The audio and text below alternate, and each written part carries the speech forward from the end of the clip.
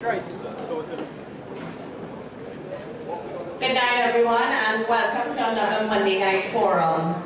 My name is Angie Benjamin. I'm an alderman with the Cooper-Tabakee Regional Corporation. Tonight, I'm just here to give you a safety announcement. In the event of an emergency, you are to exit exactly how you came in, which is a back entrance. We have security guards on the compound that will lead you to our point, our muster point, which is across at the Savannah. Washrooms are to the back of the stage, gents and ladies there, and we do have a medical team set up tonight. Should we have an emergency, which we know we will not have one, you will not hear a siren or anything like that. You will be advised of this by way of a verbal announcement like this. Again, thank you for being here, and we hope you have an amazing Monday night.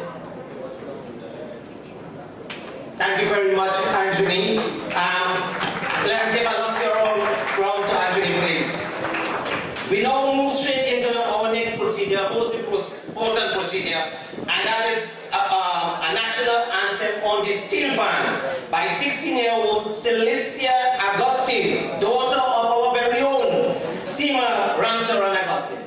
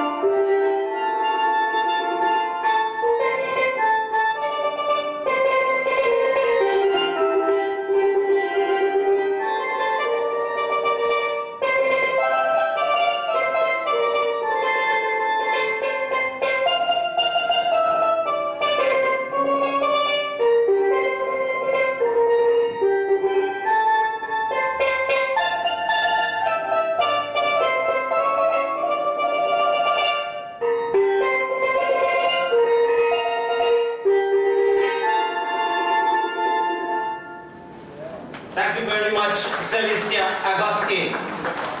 We'll now have an opening prayer by Christophe Borneo, a UNC activist of the Paget area. Welcome, Christophe Borneo.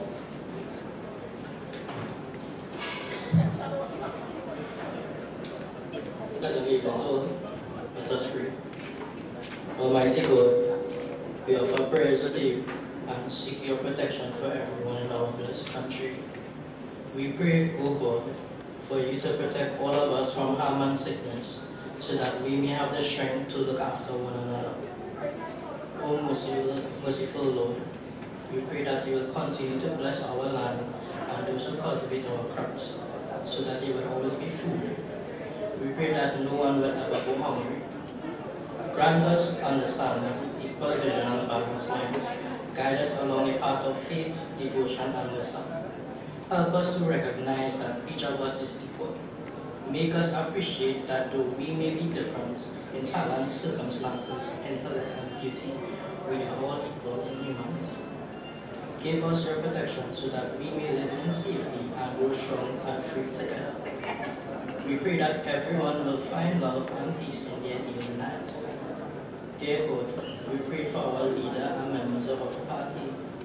Protect them, God, and give them the strength and courage to continue their service to our nation in faith or favor. We pray for all our citizens. Give them strength to deal with adversities and face them now and in the future.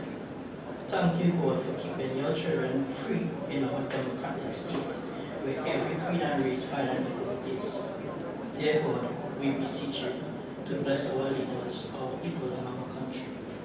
Let us live together in peace and harmony and celebrate all that brings us together as we share the bounty of our land and the love of all our people. Amen.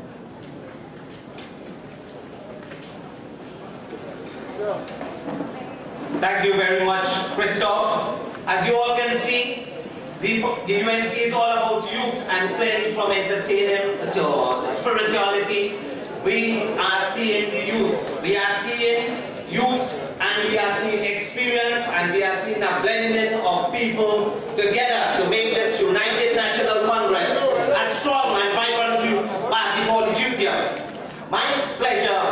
It is my pleasure, in fact, to introduce a young gentleman who has been has created an impact in a short space of time within the political scenario. He is Tahika Obika, and I will go into a little description about this gentleman and to give you some more highlights of it.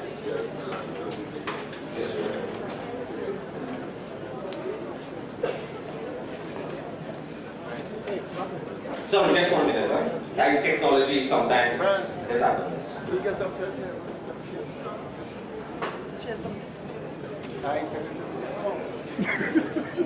Right. Oh, you? Mr.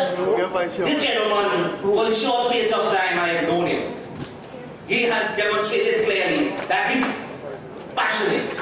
He's for the people. And in Parliament, he clearly demonstrated what true patriotism is all about.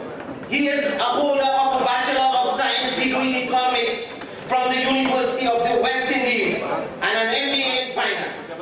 He has held technical and leadership positions in over 10 organizations, including the post of Senior Macroeconomic Research Assistant, Lecturer, Economics, and Head of Operations. He is committed to the development of all citizens of Trinidad and Tobago. An alumni of Presentation College San Fernando, he is serving as one of 3 coordinators of the UNC in San Fernando West. He is a child of the 80s and your UNC Senator. I now present to you Tahika Obika.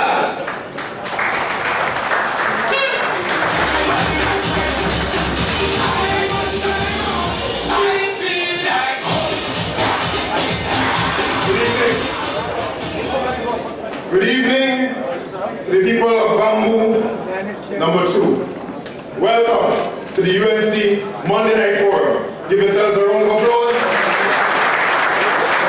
for coming out in your numbers and just showing the people of Trinidad and Tobago that definitely the UNC is ready to return to government to rescue the people from the ills of this rowdy PM. Our task here is simple but essential. Our task here today is to bring to you the agenda of the United National Congress.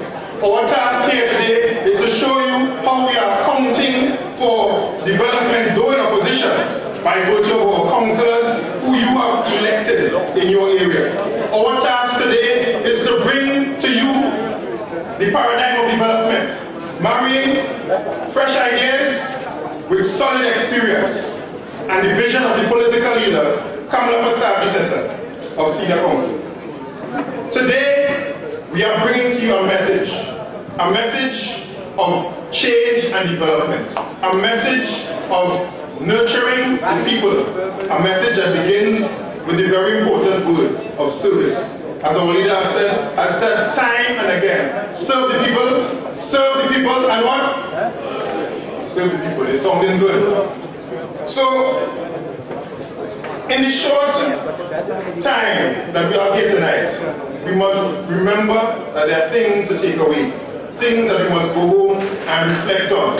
So that when we go home and reflect on that, we recognize what the UNC has done when we have led this government in the past, when we have been a key player in the People's Partnership.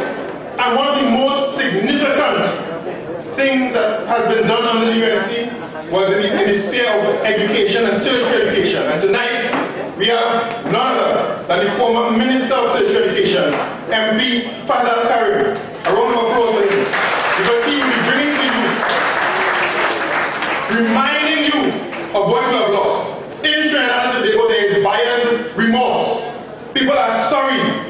Everywhere we go, when we go to Moruga Tableland, when we go to San Fernando West, when we go to La Tal Paro, they are saying they are sorry if they only knew. However, yes, we did warn organization, but now they are getting to see firsthand what the Rowley PNM means for Trinidad and Tobago. But have no fear. The United National Congress, under the leadership of Kamala Prasad-Bisesa, is ready to take back government whenever the election is called. And I want to introduce the co-host for tonight. However, the co-host for tonight needs no introduction, because here in Bamboo Village, people are very familiar with the person whom I'm going to introduce. However, it is also my task tonight to introduce her. She is the UNC coordinator for the St. Augustine constituency, a former councillor for St. Augustine South for 10 years. A former chairman of the Tunapuna Piato Regional Corporation, the youngest ever serving regional corporation chairman. I think that is a round of applause in history. And you keep the round of applause flowing because she's the deputy political leader of the United National Congress and a senator. Please join me in welcoming Senator Khadija Amin.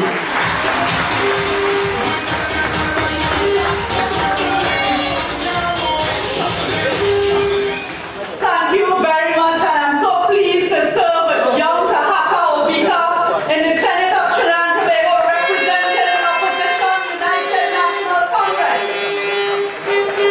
My friends, as Tahaka said, under the Prime Ministership of Kamala Prasad-Bisesa, many firsts took place.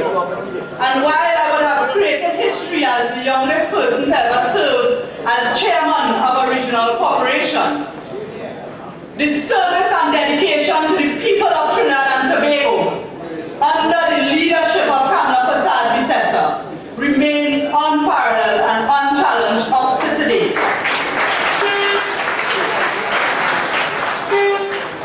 I am no stranger to St. Augustine constituency, having served as a councillor for 10 years here. And tonight we have this Monday night forum on the eve of a debate on property tax, the dreaded property tax in the Senate tomorrow. My friends, property tax is coming. The PNM does not care who you are or whether you can afford or not. The objective of this minister, is to tax. They have no ideas, no new initiatives, and nothing to offer to the people of Trinidad and Tobago. When I was a councillor, we were in opposition. In 2009, I was locked up by the police under the then Manning government for standing up and protesting when they came to bulldoze squatters. When the People's Partnership came into government, we continued what the Basile Pandey government started, regularizing squatters, dealing with expired leases, regularizing lands throughout the country, every part of Trinidad, and also dealing with the land issue in Tobago. There is no way this government can implement a property tax that is fair without dealing with the regularization of lands throughout Trinidad and Tobago. And so I call on them tonight to start treating with squatters and tell us if you plan to tax squatters or you plan to demolish them. You cannot plan to tax someone that you don't give a certificate of comfort to, or who you don't give a proper lease or land document to. So all those who are living on lands without title or with titles that have expired are living in fear, because even though you have not gotten your documents from the state, even though you are willing, they could still come and tax you. And if you don't file, they could charge you. But I want to tell the government that the UNC stood up for the people of Trinidad and Tobago in their previous incarnation, in the previous PNM government, and we will stand up again today. And we will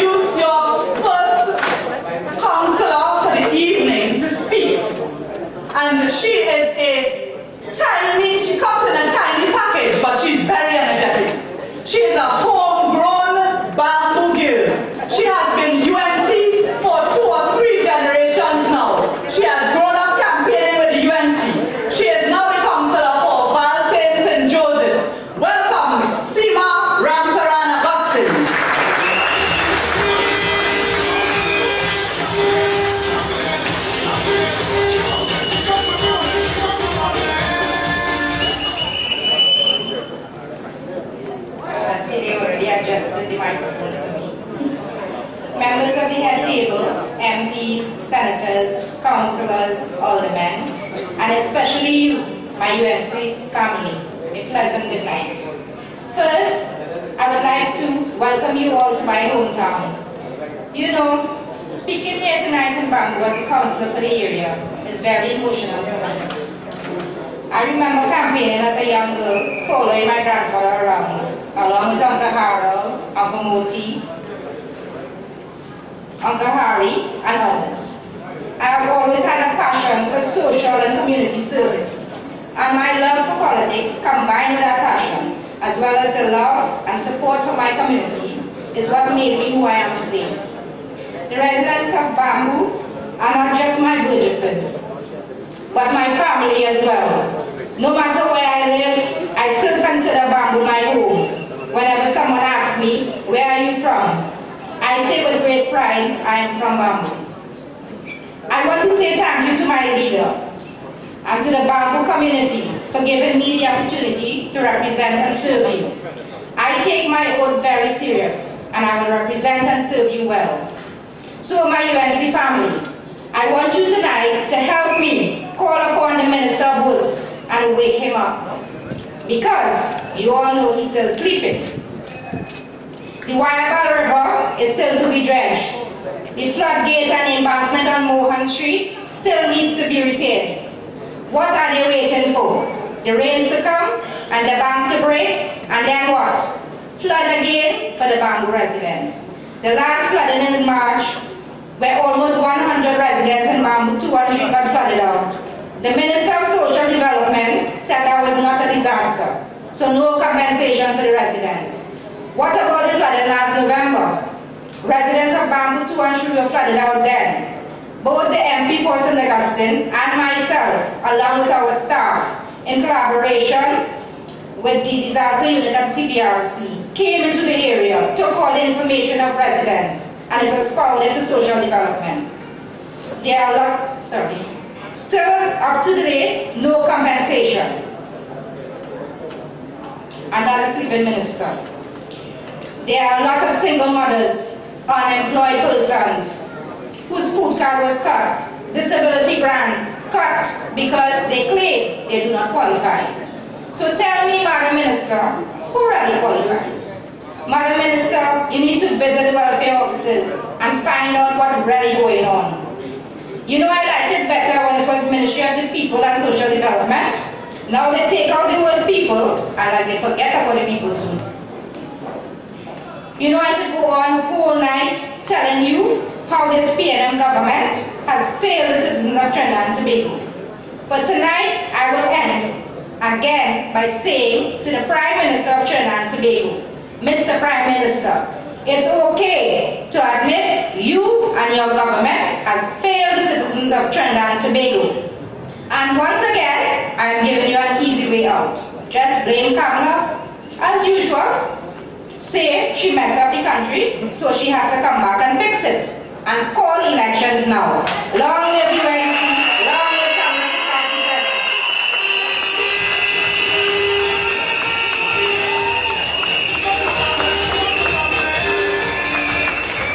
A round of applause again for our hard-working councillor, Seema. I worked with her for a couple of days, and the energy that she has, the familiarity she has with the persons and the challenges people have. In fact, when she meets the burgesses and has conversations with them and bonding with them in our presence, she's getting good reviews.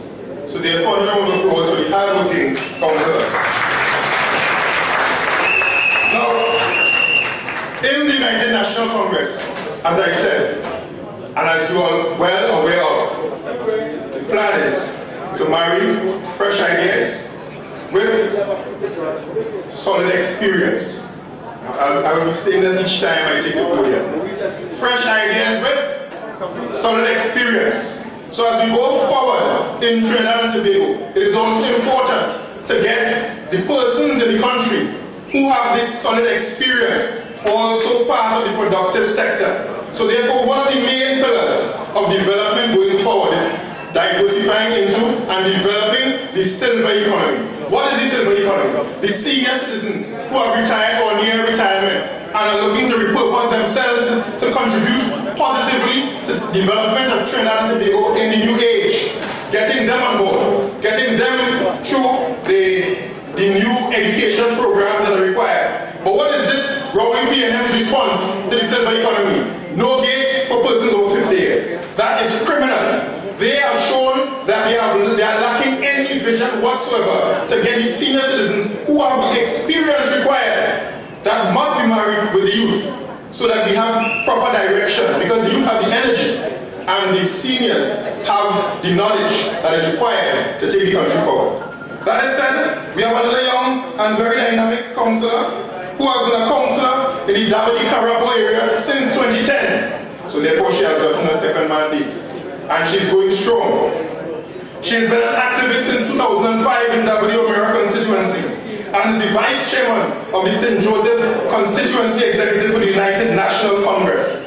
She's a welfare officer of the UNC National Women's Arm, and she has been a councillor for Curé Page 2016 to present. So she was in Carabo, and now she has come to Page.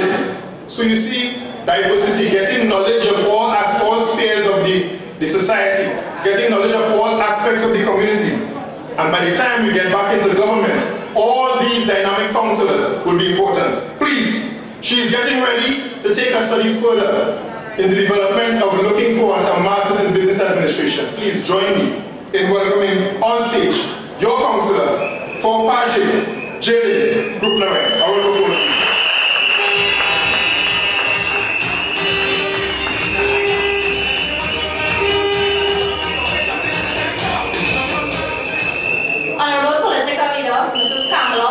Jaffer, who's on her way, honorable MPs, senators, councillors. You, the constituents of St. Augustine constituency, good evening. I want Rowley to hear you all. Good afternoon. Special thanks to the media for enabling us to provide, reaching out there to over 973,864 people, who cannot be here with us tonight, but are waiting a good government to return to Trinidad and Tobago. Welcome to the homeland of the UNC in the East-West Corridor, St. Augustine, a constituency that's proud to have more UNC supporters than any other political party. In this very constituency is my electoral district of Curé Page. I have been in politics since 2005, starting out in the constituency of Davidi-O'Meara as an activist and becoming a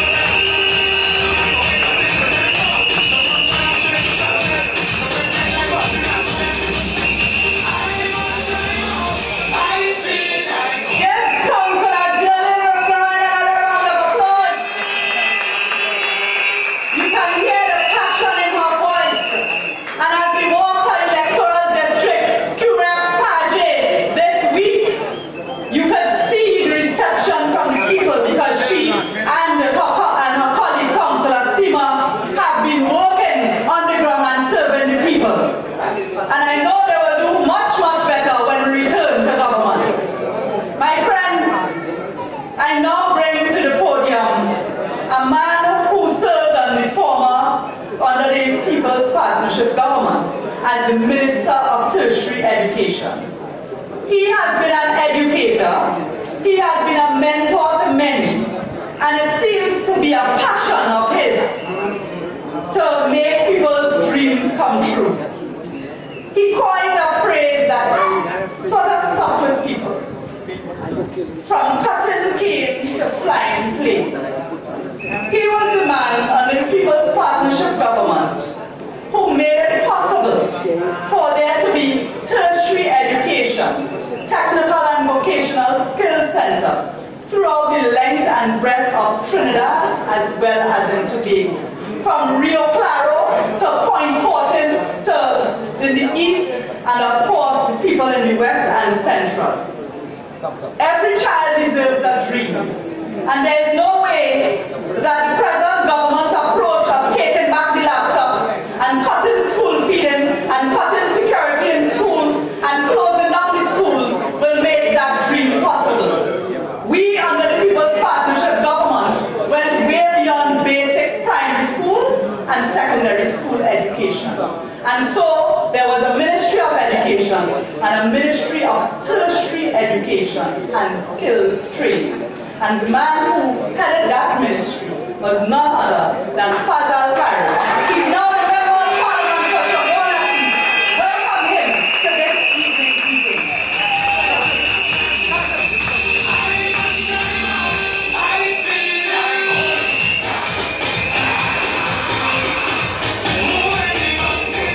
Thank you very much, Senator Gadi Jamin, our co-chairperson for this evening, and also with Senator Tahaka Obika. The political leader of the National Congress, leader of the opposition, member of Parliament for Superior, Senior Counsel, Mrs. Kamala Prasad Visasa, on our way to this very important meeting. Could you give a 2 minutes of applause for Abdullah as well? My colleague on the platform tonight, Deputy Political Leader, Mr. Jolene John, could you also give a round of applause? Councillors, aldermen, members of the party, officials, brothers and sisters, members of the media. I am indeed very honored and I'm very delighted to have been asked to say a few words tonight in Bamboo number 2. But tonight, as we meet in Bamboo number 2, I want to advise you that this forms part of a manifesto promise, a vision of our political leader and Prime Minister between the period 2010 and 2015. And that vision became a reality. Where you sit tonight is part of the historic education city of St. Augustine. And we didn't just do like others and promise, we delivered. My dear brothers and sisters, our political leader has always said to us that education and training is the passport from poverty to prosperity. And I see a number of my colleagues here who sat in the cabinet and who would have heard those sentiments echoed every week in the cabinet. I spoke about the education city at St. Augustine, and I think it's important for you to learn something tonight, for those of you who may not have known much about it. The education city of St. Augustine is really a model like what exists in Oxford, in England. That is a university town. Or in Boston, Massachusetts, that's a university town, where you have Harvard and MIT. And therefore, our political leader, Prime Minister, wanted to create a similar kind of event and activity and accomplishment for a university town at St. Augustine, that city. The city that we speak about, which we enacted, and I want to also indicate to you that our chairperson over here tonight, Ms. Khadija Amin, she was a member of that committee, that St. Augustine Education City, when she was chairman of the Tunapuna Piaku Regional Corporation, as well as Mr. Peter Kanhai, who was on that committee representing the business committee. You could give them a tremendous round of applause. My dear brothers and sisters, let me tell you a little bit about this, because I want to spend some time in letting you know about what we have done in the tertiary education sector. The education city, the boundaries of the city, range from Orange Grove Road in the east to the Royal Butler Highway right here in the west, to the Caroni River in the south to the foothills of the Northern Range in the north. And what the objective was to establish a vibrant services sector linked to the academic community. In that regard, the city would have focused, among other things, on student community, transportation, security and infrastructure. As you know, we have a tremendous burden on our hands now in terms of crime and criminality. Technology park, internet cafes, shopping plaza. That committee was headed by a very distinguished academic, Dr. Asad Mohammed from the University of the West Indies. The St. Augustine Education City, which was unprecedented, has a square mile area of 32 square miles. And in fact had a population, a resident population of 57,000 persons and a student population of 14,000 students. We have 32 primary schools, 2,600 businesses, 19 secondary schools, and guess what? The highest concentration of any part of this country in terms of tertiary education and higher education institutions, the number was 23. But ladies and gentlemen, brothers and sisters, I want to spend a little time in telling you and answering a question. They often say to us, no, in the parliament, you wasted so much money, you engaged in corruption, you engaged in mismanagement, you engaged in wastage. What have you done when you were there in government? Well, I want to tell you, and I want to tell them, and I want to tell the country some of the things we did and the accomplishments under Mrs. Kamala Prasad's successor in the education city of St. Augustine alone. So listen to me. We established the Academy of Nursing and Allied Health through Custard and the University of the West Indies at Eldorado. We constructed a Medical Student Activity Center for the Faculty of Medical Sciences, UWI. If we did not construct that activity center, the Medical Sciences faculty was facing the threat of de-accreditation. We renovated and extended the Chemical Engineering block at St. Augustine. We constructed and completed the student halls of residence on St. John's Road, UWI St. Augustine. We upgraded the Health Economics Unit, a regional institute for research and training at UWI St. Augustine. We constructed, for the first time in many years, a building to accommodate the Seismic Research Center and other research teaching and teaching facilities on that facility. We upgraded and expanded Canada Hall student residence. We upgraded and expanded the Senior Common Room on the St. Augustine campus. The construction of a teaching and learning center. We also assisted the University of the Southern Caribbean in terms of constructing a hall of residence. We upgraded and expanded the MIC Technology Center right here in Macoya and on the road to Mount St. Melanie, St. Bede's Vocational Center. My dear brothers and sisters, when you drive at Mount Hope, you will see the construction of a new dental school. We invested in that, and we're going to see that open very soon. A 100% expansion in the dental school of the We upgraded the vet school. We established a workforce assessment center at St. Joseph. I can go on and on, but let me just give you a few more. We allocated $1 million for the first time again in the history of the university as Center for Spirituality. You often see people reading the mass to the accompaniment of the air conditioned systems at the back of the Jordan, which was called the JFK Library before. We also see the expansion of the Human Law School on our remit.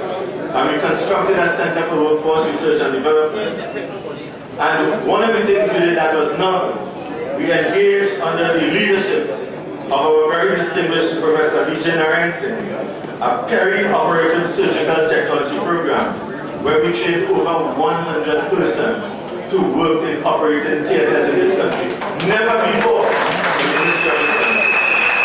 Right here at Augustine Teachers College, we upgraded the laboratories for the Bachelor's in Education program and established right here in walking distance at the UTT, the first ever model preschool in Trinidad and Tobago of the UTT. But my dear brothers and sisters, ladies and gentlemen, all of these things didn't happen just by guess. There was leadership, there was dynamic leadership, and there was vision supplied to us and guided to us by Mrs. Kamala Besar-Bissessar, our Prime Minister. St. Augustine campus is now under pressure. We have a situation where when you retire, people's vacancies are not being filled. The number of part-time lecturers again reducing. You would have heard Jaffer talk about the GATE program. When we came into office, the participation rate in the tertiary sector was 42%. Mrs. Bissessar set a target that by 2015, we should attain a participation rate in the tertiary sector of 60%. But guess what? By 2015, we exceeded that and we clocked 65.24%. And if we added the vocational sector to that, we have crossed 70%. My dear brothers and sisters, when you look at what is happening in the GATE program now, you see that the GATE program moved from a high in 2013 of about $700 million invested in human capital in Trinidad and Tobago, with about 55,000 persons benefited, to today, almost half that amount, just over $400 million invested. So as a matter of fact, the program has been cut by half. That is the kind of pressure we're going through. But my dear brothers and sisters, I want to deal with another matter. Some time ago, not too long, I saw a newspaper article in which the Minister of Labour, Mrs. Jennifer Primus, said that ghosts were chased from the OJT program. She said that she had evidence that there were ghosts in the OJT program under the previous government, and that she was exorcising, so she has now moved from being a Minister of Labour to being an exorcist. She is now exorcising all these ghosts that she found. I want to ask Mrs. Beatrice Primus, have you exorcised all the ghosts you have found so far? Or do you still have ghosts existing? And if the answer to that question is that you don't know, then you must investigate and you must tell us. And I am placing this question in the public domain. I want to ask you, if you are aware, Mrs. Beatrice Primus, that under your watch, an employee at the OJT head office in Chagonas, who was removed from Augustine and sent to that facility, has about 25 ghosts receiving monies in excess of $1 million, all of whom are one of them is his mother receiving a check. Friends and family, and therefore I want to ask you, you talk about you had ghosts, where's the evidence of the ghosts? How many have you reported to the police? But I call upon you now to investigate this matter and report it to the Fraud Squad of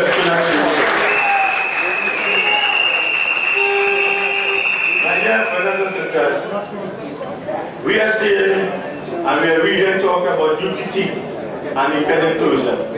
When we left office, UTT had a very healthy financial position, but do you know what they did? They transferred over $300 million to the UTT Tamana Park, the signature building. To put that building in there, you don't know where the students are, you don't know how they get in there, you don't have any dormitories to get there. And that is one of the things that we are very concerned about. They're talking about 456 staffers to be regularized. This is a rehash. We announced this in 2014 at the graduation ceremony at UTT in Omira, and therefore you are not doing anything new.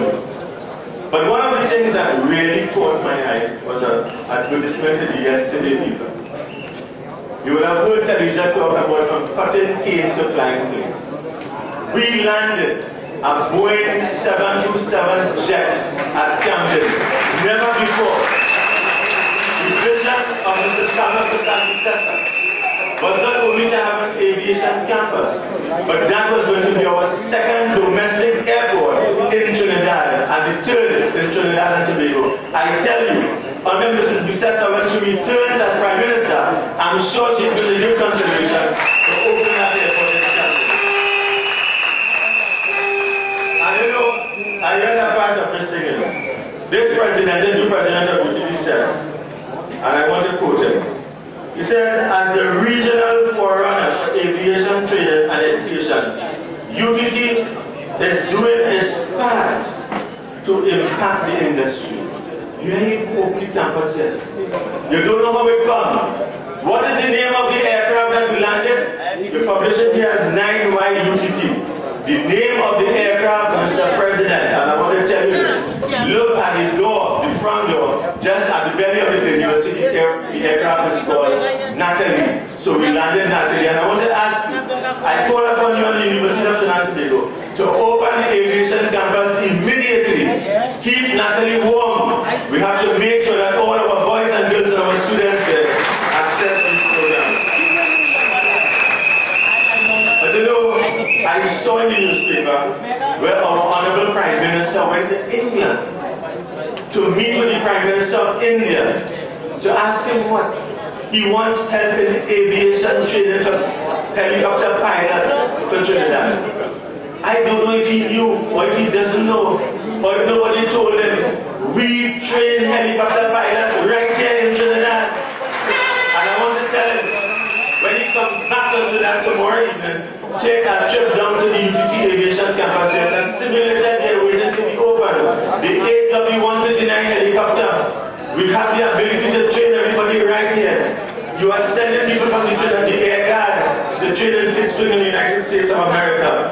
And I'm asking you, why are you doing that? If we have the potential, you talk about diversification, you talk about jobs, you don't have foreign exchange, but yesterday sending people outside. That is one of the reasons why Mrs. Bissessa opened the aviation campus right here, so that we can respond to the workforce needs of the people. There's an expanding industry. I have another question which I'd like to ask us now. Every time the PNM gets into power, there's a professor by the name of Andrew Rambo. He's into tailoring. I suspect, I don't know. You see there's a photograph with the Honorable Prime Minister, look very dapper when he meets the Queen. I understand this person is the person who's supplying with bespoke suits. When we look at the budget, we are told that in the budget speech by the Minister of Finance, that a bespoke tailoring program is started by UTT. Now we are seeing that that program has moved to the MIC under this Professor Andrew Rambo. But I want to ask the question as well today. Professor Rambo, can you tell us in Trinidad and Tobago how many students you have in that program? Could you tell us what is the duration of that program? Could you tell us whether that program is accredited? But very importantly, Professor Rambo, could you tell us how many millions of dollars you are getting to train for bespoke tailoring in Trinidad? Something that we have been doing at the John Johnson Technical Institute and other places for years. And therefore, Professor Rambo, I want to ask you, tell the country how much money you receive from Creative TT and the Ministry of Trade. I call upon you to answer those questions now. And if you don't answer it now, I will file it in the Parliament for him to answer. You must come there and answer it. You mustn't hide everyone. But you know what makes me? I know hearing that the Minister of Education saying that we must go tech book education. You know why I say that? I give him a book to read in the Parliament. It's called Vocational Education and Training in Times of Economic Crisis. My dear brothers and sisters, what we are witnessing in this country now is a failed government, a failed state, a failed education system. There's no role for the small man in the PNM. And I'm hearing that Minister Imbo just say that we are turning the corner. But that's a blind corner for him. The only corner he will turn and he will see a light shining in the east is a light of Mrs. Counter Possessor waiting to return this country to good government. Thank you very much.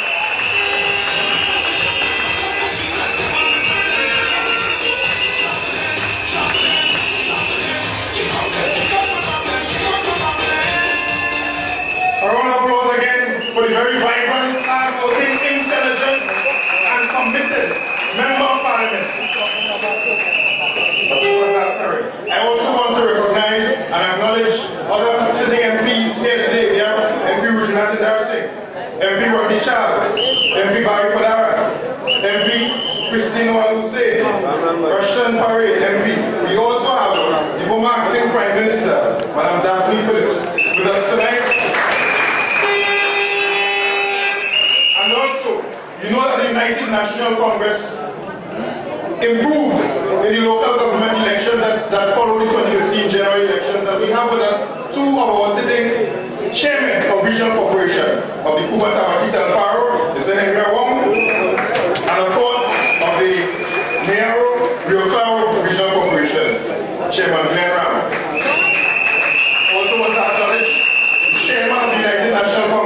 Rita Kanai, and all the members of the hard-working and diligent National Executive of the United National Congress.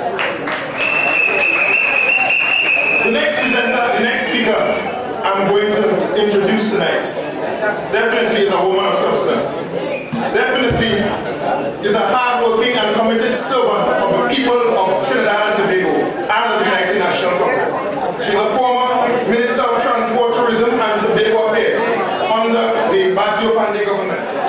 She has served as a Chief Executive Officer in the private sector. She also has served as the Managing Director, CEO of the Housing Development Corporation, under whose term significant advances was made in the delivery of houses to people. Over 7,000 houses built. They are still giving out the keys from those houses. She was the chairman of the Urban Development Company of Trinidad and Tobago. And please join me as I welcome on stage, and Mr. Songman, you can cue the music, for the Deputy Political Leader of the United National Congress. Join me in welcoming on stage the vibrant, Jeremy John.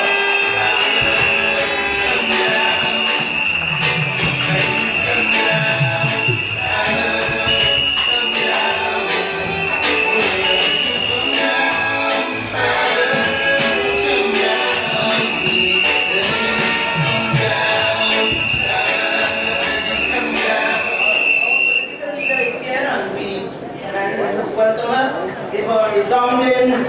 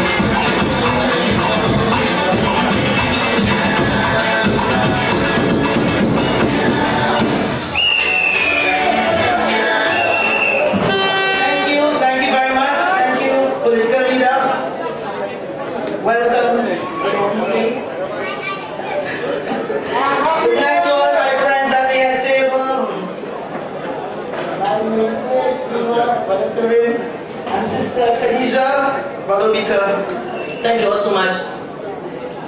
Members of Parliament, my mommy, brothers and sisters, members of the media. You could not have missed the blaring headlines of last week. Paris fails, followed by not so fast journey. It was actually me he was talking about. All the brouhaha was as a result of a judgment which had been handed down by Madame Justice in the now famous matter related to the purchase of lands and kingdoms. In a nutshell, Madame Justice ruled to dismiss the matter and assign costs for the state's account. Now it appears that Paris was not happy with the headlines which followed the judgment. So he called a press conference to berate the judiciary, media, and generally put on Hollywood production. Paris was yelling and thumping his chest that he had not lost the case, but it was Madame Justice who was wrong. He claimed she had ruled against herself. To hear Paris tell it, the Honorable Judge had lost the case, and to his dismay, he had to pay the cost. To put some sense into all of this, Alwari and his costly legal team lost spectacularly in the courts of Trinidad and Tobago. He claims the case was not settled on its merit. I want to remind the Attorney General that the PLM plot has no merit. It had none on September 15, 2015, and it has none now. You all wasted taxpayers' money in your all-out war on journey. I think sometimes Paris and they don't know where you come from. And I come from a little village where a natural rite of passage is going to teach young girl to pour hot oil in my ass.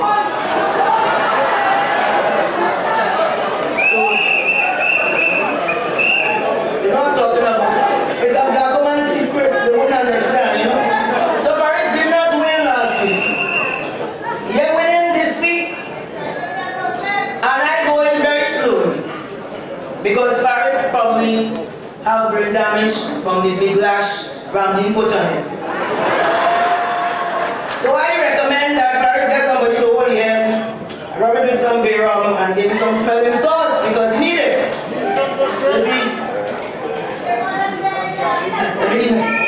This matter that they're pursuing has no merit. There was no wrongdoing on the part of the HDC. The HDC in 2013 was cleared by the Integrity Commission. Chairman was Ken Gordon, because there was no wrongdoing. The HDC was cleared before the Joint Select Committee of Parliament. As a matter of fact, when Ramdeen saw this case, and Senator Ramdeen are talking about, you know, you go back a long way. When they go into a battle with Senator Ramdeen, Ramdeen looked at it, and he said, listen to me. He said, madam, I want all 10 defendants in. Because Ramdeen knows the hustle. So I tell Ramdeen, I don't know these people. Just go with the HCC vote. So now he begs with him. Because he wanted to defend everybody, because he knew it was going to win. That's a real attorney. You know, this government has spent over $20 million on audits to bring frivolous litigation against people. And when you ask Paris whether he was the one who reported the HDC in this frivolous matter to the Integrity Commission, he will not say it is him. So they file and they pretend they're looking for evidence. The time did not run out on them. They just had no evidence.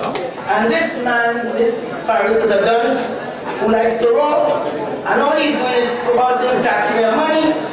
And basically, I am saying tonight, should Paris refile that matter? Ramdeen wanted to refile it.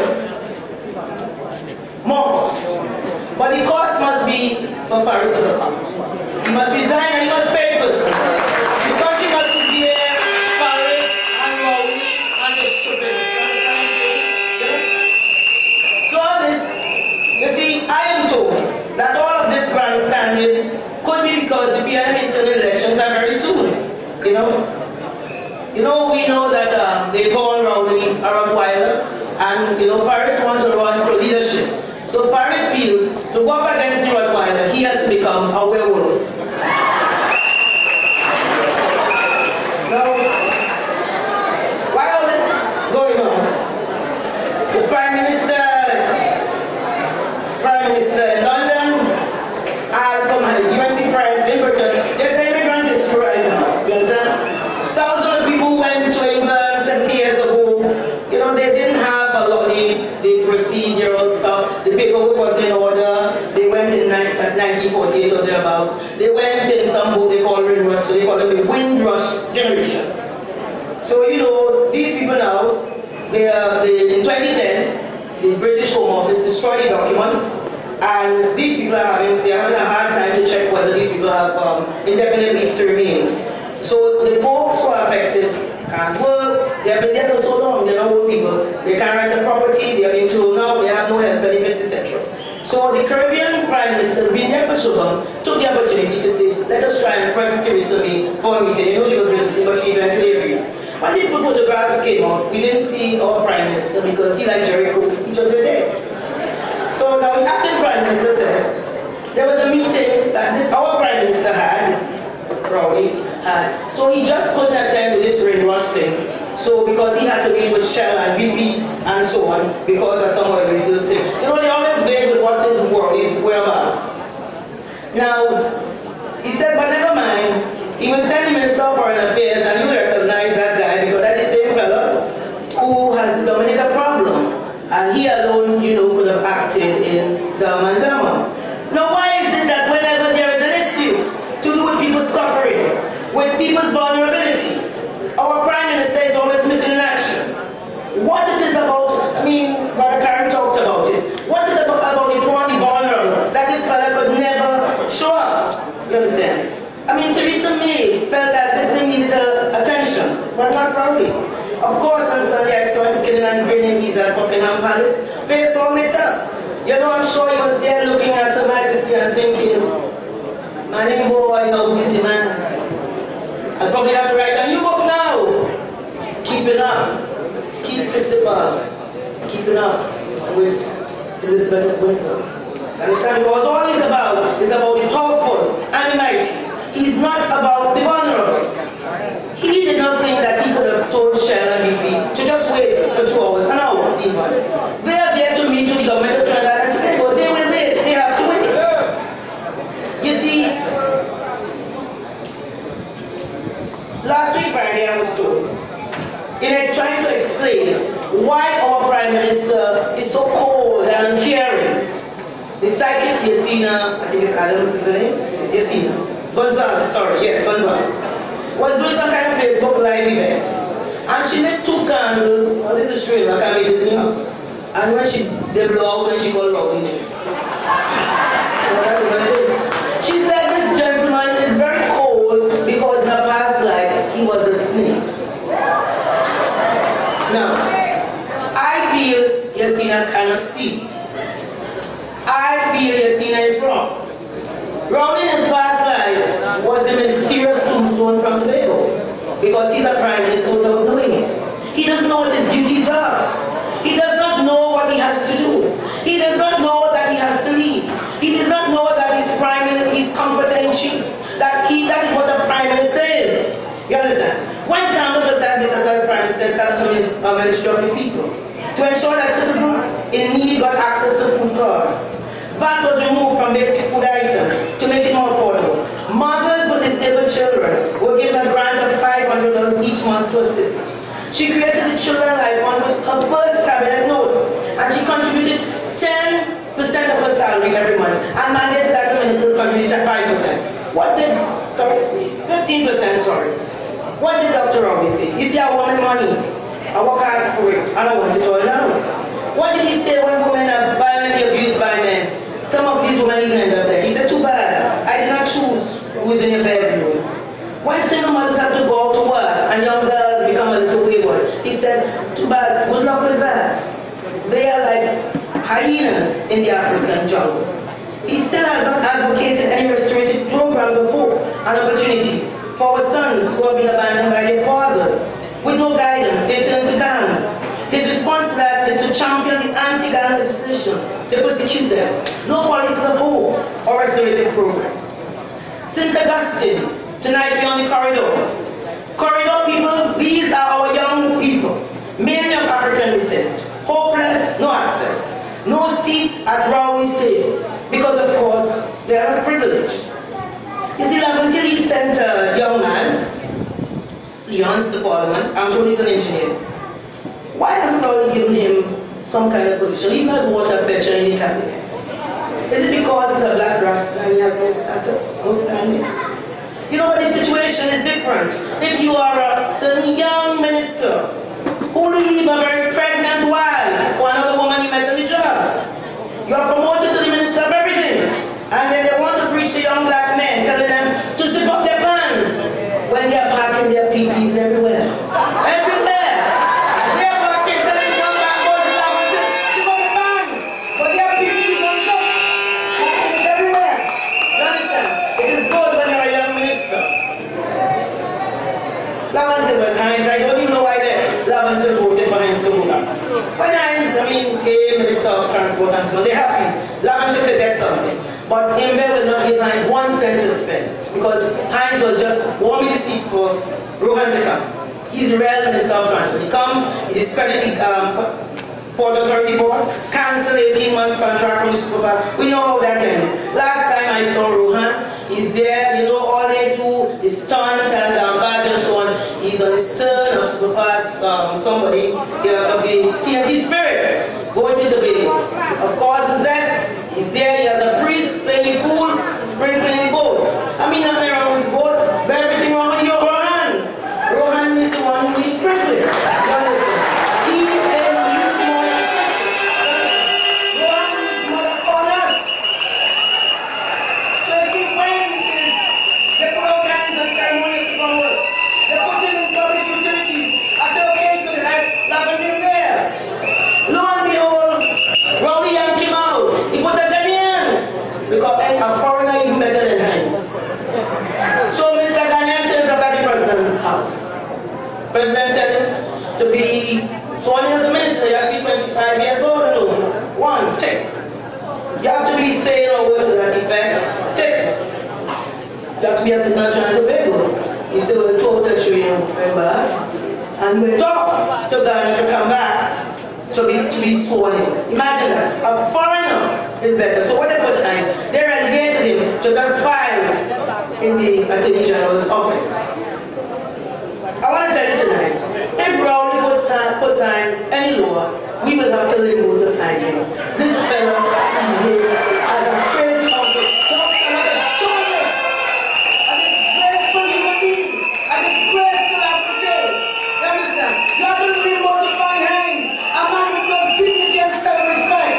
I mean, you come from Lavantil, the heights of Lavantil, a policeman, you work your way, you want to be a lawyer, you this and that, and you got to dust files in the back of an AG's office and maybe to buy iPhone or yeah, who knows what he's there doing because we know he's in the shopping as he do. So every day I meet people from around this corridor. I would tell you, Jerry, I'm sick and tired of this piano regime. You hear it too.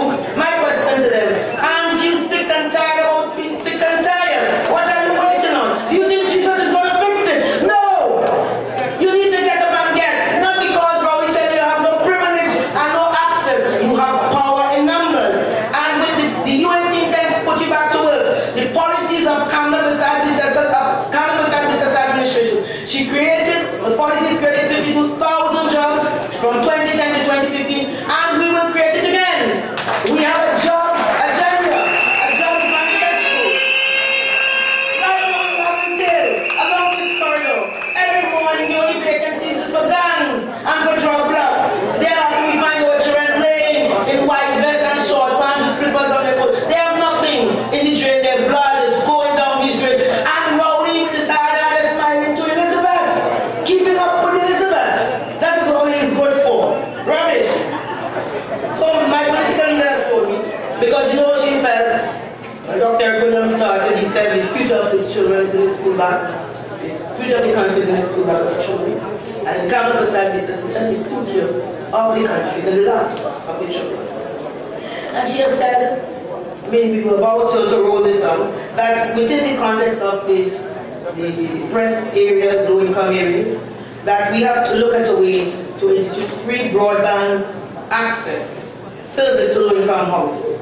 This new initiative will bring high-speed broadband access to low-income households across Trinidad and Tobago. Our leader has said, in continuing an effort to close the digital divide, ensuring that everyone, regardless of income, has access to high-speed internet service. She does not view broadband access as a luxury. It is a necessity. She sees it as a critical component for Trinidad and Tobago economic growth, Trinidad and Tobago's economic growth and competitiveness. You see, just last week, I was looking at an interview on MSNBC with Tim Cook, the CEO of Apple, and his vision is in alignment with our political leader. He has said they have about 2 million jobs in coding. Can you imagine if Kamala Prasad was the Prime Minister today? She would have been there meeting with Tim Cook, telling him that we are presenting with, of course, our brother Fazal. We would have been presenting a program to teach our children to code. And we would have been the hub for coding because we have 2 million jobs in America right now. You know what 2 million jobs in coding will do for the people of the corridor? Do you know what that will do for the corridor? He has said that there are incredible jobs in artificial intelligence and augmented reality. You have heard Kamala Prasad talking about that. She said, while many of our middle class students go to bed, go home to internet access, allowing them to research, write papers, and communicate digitally with their teachers and other students. Too many lower income children go on club every afternoon when school ends. This homework gap runs the risk of widening the achievement gap, denying hardworking students the benefit of a technology-enriched education. It's about collapsing the gap. When she ensured that there was a place for every child in secondary school, where you can go as far as your education, as far as your effort and your ambition will take you. That is what she did. She opened the door. Then within a Basdio family administration, we started dollar for dollar because oil was $9 a barrel. When Manning came back, he said, this is good policy.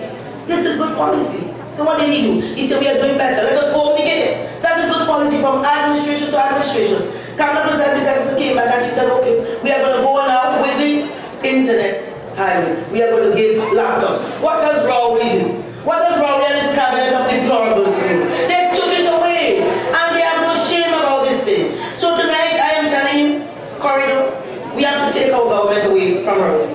Together, we are strong. Tonight, on the corridor, the UNC want to put you back to work. We need to demand our right to work now. Now more than ever, we need a vision. One with a plan, one with compassion, one whose policies create jobs and opportunities.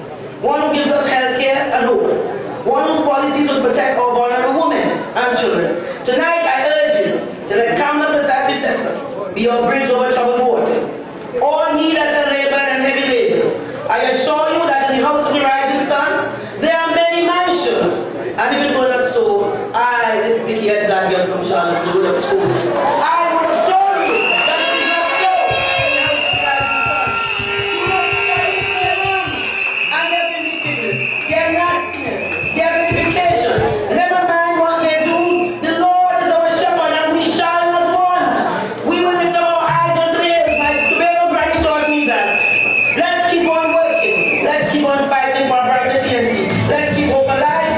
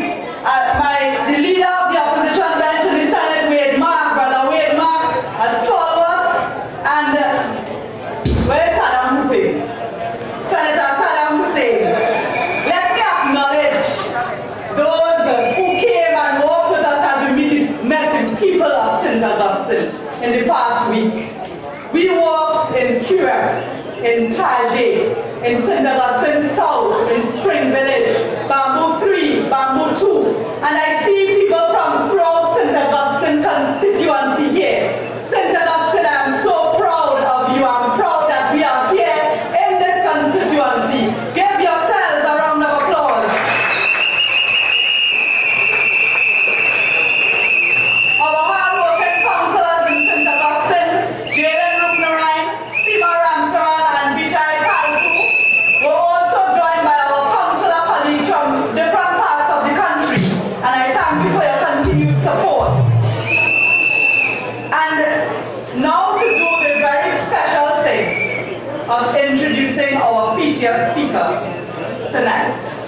I am not going to introduce the featured speaker.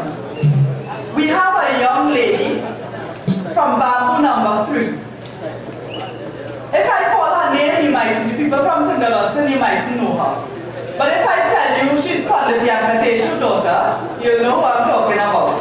Let us welcome Deepika Balkisood, who will introduce the political leader of the United National Congress.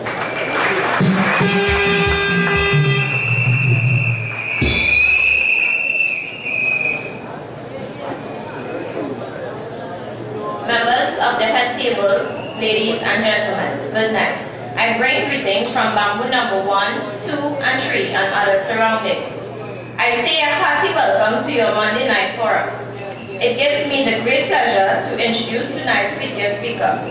She was an alderman of the Siparia Corporation. She was an excellent Minister of Education. She is the Member of Parliament for Siparia. She is the official leader of the opposition in Parliament. She was and will be the next best Prime Minister of Trinidad and Tobago. I welcome to the program a clear, useful, and hard-working leader for the feature address, the Honorable Kamala Prasad Bisasa.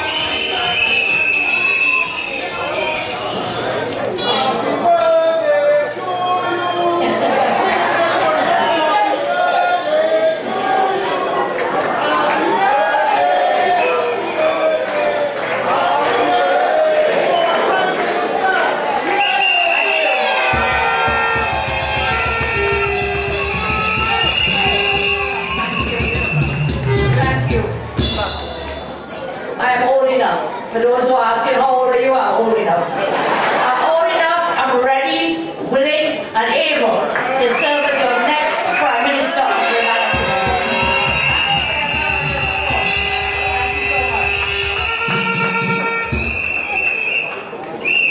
So here we are in St. Augustine, my UNC family, friends of UNC, with us here tonight. I'm happy to see the support. Those of you who come out, and of course, as you may know, our party has been working across Trinidad, walking through neighborhoods, along streets, byways, everywhere. We are taking note of your concerns and helping where we can. The team is hard at work for you, Team UNC, as we prepare to return good governance to Trinidad and Tobago. So I want you to watch this video. All those UNC members who have been out with the fever.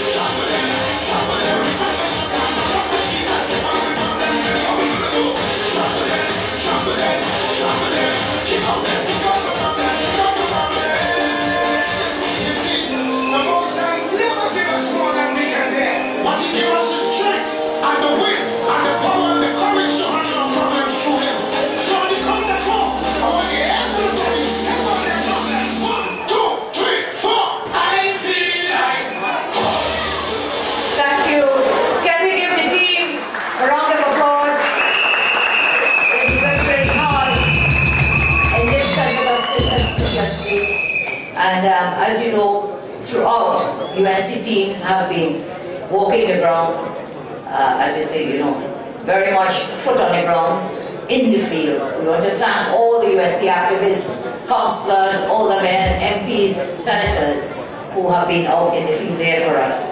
So, here we are now. It is going to be almost 3 years. I'm having a little problem with this microphone. It needs to go a little to the left, please. I'm sorry, please.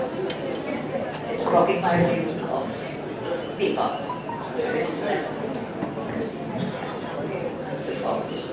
Thank you very much. Okay, can you hear me? Thank you. Thank you. So, I'm saying we're going into almost 3 years of the Rowley regime. And in that time, since September 2015 to now, that regime, the Rowley regime, has been making every kind of attack on the poor, on the working class, and on the middle classes. What we've seen in terms of their policy, tax, tax, and more tax. Tonight you heard from our speakers some of the work that we did throughout the country, but especially in this constituency. I want to ask you tonight, did you realize when you came in here that this school was built by the UNC? Did you know that? This school was built by the UNC. This school, we take it that. Take credit for that. What we see now, the taxes, property tax. The ministers have told us that the pensioners have to pay this property tax, as well as the squatters have to pay this tax. Now, so those who are most vulnerable, who will be most hard hit, will get depression. Guess what? One minister tells the country, speaking in the parliament, tells the country that $5,000 fine for failure to file your form is reasonable. I don't know what world they are living in. Because the majority of persons in this country, $5,000 in a fine is outrageous. So they are in a different bubble. They are in a different reality. They are in their own reality. They are not on the ground. They do not feel, they do not care for the 99%. All they care about is the 1% elite. And I'll explain and show you why. They have put taxes on used tires. Who uses used tires? 30% tax on used tires. Is it poor man? Because if you're not poor, you're not buying a used tire. You will buy a new tire. And once for the poor man to get transport about, you put a 30% tax on those used tires. The man who owns a yacht, take off the taxes on yachts. And you know who is that man? The minister himself. He is the minister putting on the tax on you and taking off the tax. I mean, it is shameless. It is shameless and wicked in the way that they run in the country. Now you have seen, I think Dr. Munilal made a comment about the HCC evictions. How many is it? A few hundred people for eviction? 352, thank you. People in comments and around. 352 to be evicted from HTC. I wonder if you remember that we told them that our plan, and we started to work on that plan, Jerry mentioned it before, the plan was to let HTC people who have been there over a certain period of time, we would give them the house for $1. You remember that? We wanted to have a home-owning democracy. Land-owning democracy. So that where your nearest friend is buried in the land of Trinidad and Tobago, that you would have a chance. Ordinary people, poor people, working people would have a chance to have a house, to stay in the house. And on top of that, those who do not have land, to get land. I want you to remember it was a UNC government who regularized squatters in this country. You all remember that?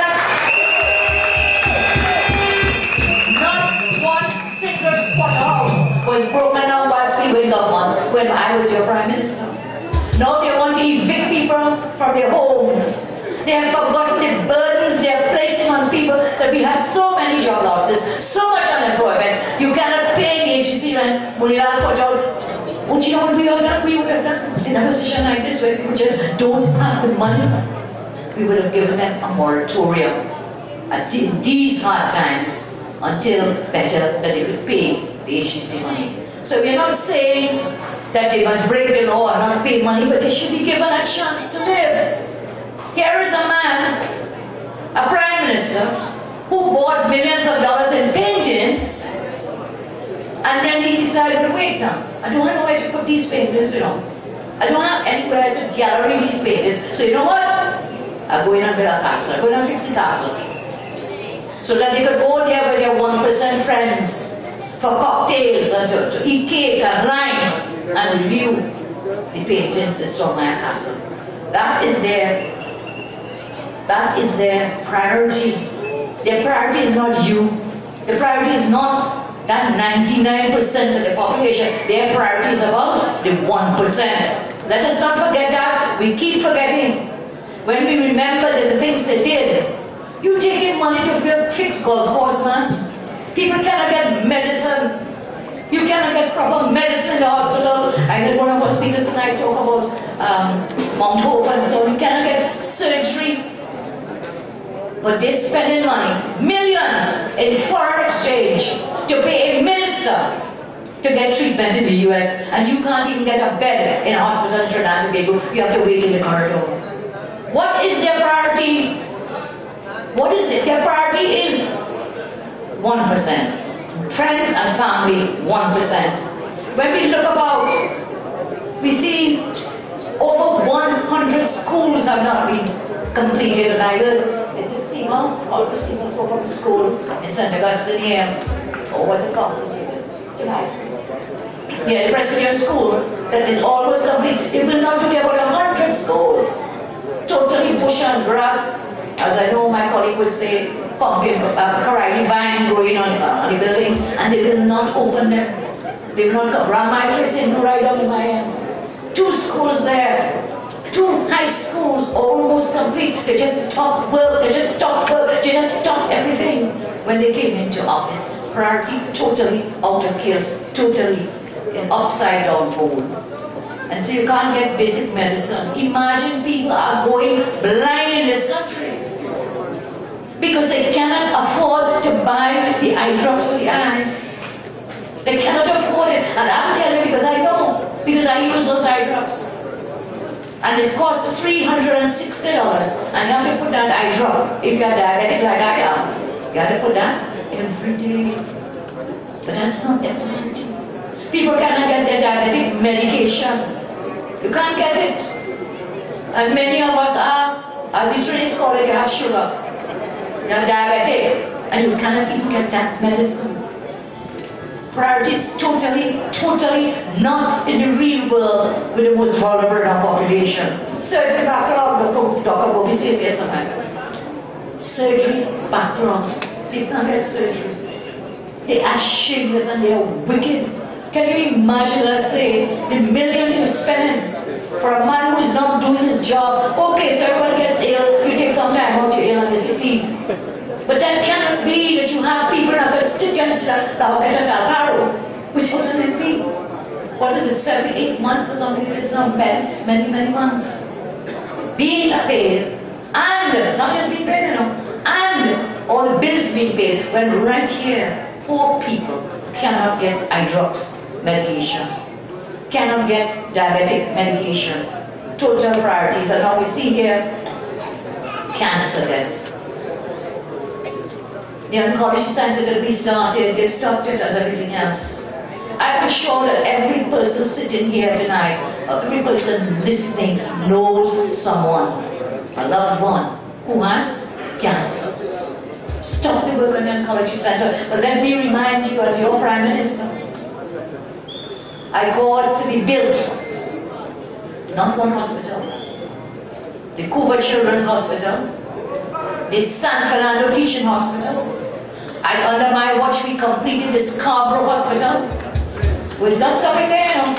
We began work on the Rima Hospital and the Point Fortin Hospital. We did work on the health centers. Unprecedented in the history of Trinidad and Tobago, under my watch, 5 hospitals. construction. 5, unprecedented. But we see now a total reversal of policy. Now recently, we are reading in the newspaper, Prime Minister in England, gallery himself there, as Jillian told us, talking about Ayurvedic medicine and talking to the Prime Minister of India. Dr. Rowley, been there, done that. Together with MP Fasal and others, I think Dr. Khan might have been there as well, we signed the agreement with the government of India for Ayurvedic medicine. I visited, at their request, their Ayurvedic hospital. I saw it with my own eyes. We signed the agreement. So Dr. Rowley is coming here to fool people to make you think he's bringing Ayurvedic. I'm waiting to see that. I'm waiting to see if that will really happen, because you know, they lie so much. You can't trust them, they don't keep their word. So let's wait and see. I am told that the Cuba Children's Hospital, that this government will be engaged in a government-to-government relationship. Not with India, that's the other thing, huh? News stories have people confused that the Indian government is coming to set up Ayurvedic and run that hospital. No. I am told that they are engaging by the end of this month with a government-to-government agreement to get the hospital up and running. Tonight, I serve notice on them that every citizen in Trinidad and Tobago is calling on them to make sure that when you open that hospital, that you have free treatment for the citizens of Trinidad and Tobago. Free healthcare.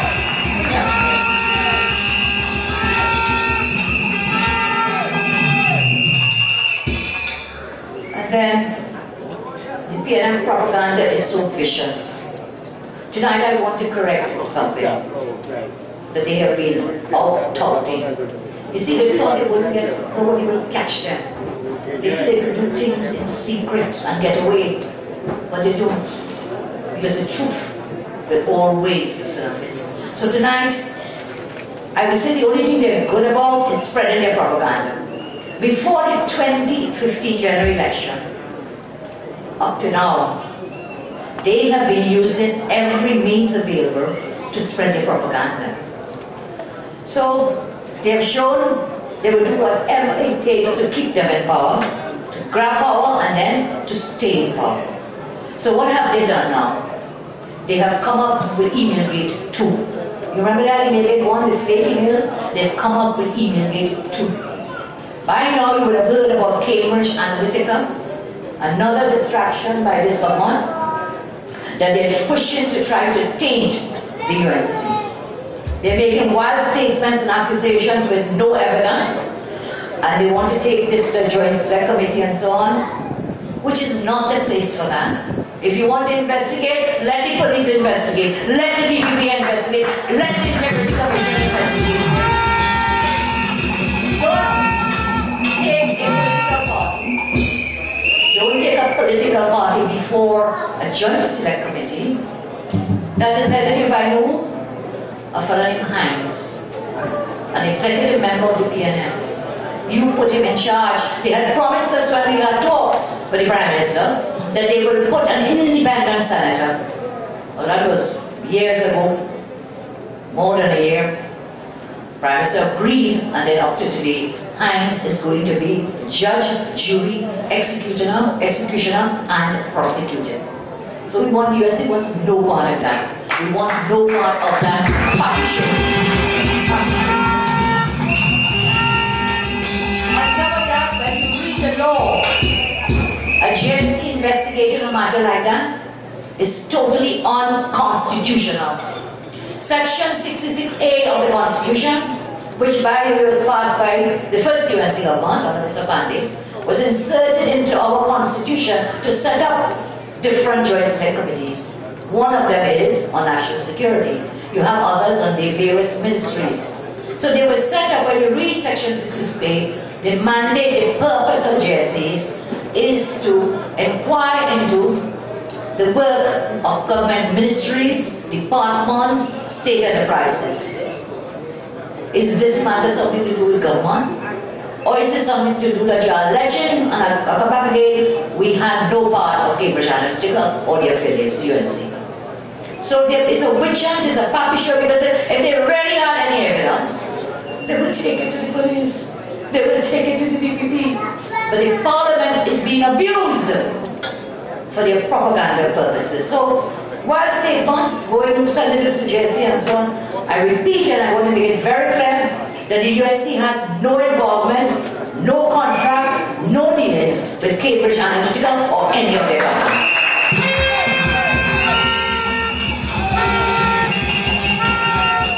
But you know who had involvement? You know who was involved in data mining? They're attacking the UNC and trying to say, accusing us about data mining when it is the very PNM who has been engaged in data mining before the election. And it is out there on the World Wide Web. Anyone with a computer, even the children that we gave the laptops to, because some of them are still in school, they will find on the website 2 companies who have boasted of elected Prime Minister Rowley. Take a look at this video, please. While AG Farrison Rowley is busy trying to create a GSC witch hunt focused on the publicly discredited allegation of data mining by the UNC, the testimony of Christopher Wiley before a House of Commons committee must be taken seriously. It has now surfaced that it was the PNM who used Washington-based company Vestige Strategies and the Texas-based Elite Change Inc. It is alleged that it was in fact the PNM that hatched a conspiracy to harvest and mine personal data and information from the unsuspecting public in order to manipulate voting patterns. The company's website states, in 2015, Vestige Strategies was given its biggest challenge to date, build a data-centered grassroots and digital organizing program for the People's National Movement during the 2015 general elections in Trinidad and Tobago. Vestige Strategies, on its website, cited the election of Prime Minister Dr. Keith Rowley in 2015 as one of its accomplishments. The second US-based company, Elite Change, says that it takes demographics, district makeup, and constituent habits into account when identifying proven, successful methods on which to build its campaigns. The company also boasted that it helped Rowley achieve victory. Yet again, we see the bold-faced lies and deception of the Rowley PNM and the hypocrisy of the worst Attorney General in the history of the Caribbean and Latin America, Farrison Rowley. He's a liar, liar. He's a liar, liar. You can trust him. No, no, no, no. He's a liar, liar. He's a liar, liar. You can trust him. No, no, no, no. So you see, do so and like so. The very things they accuse others of, that is what they were doing before the 2015 general elections. I say to them, do not judge the UNC by your standards.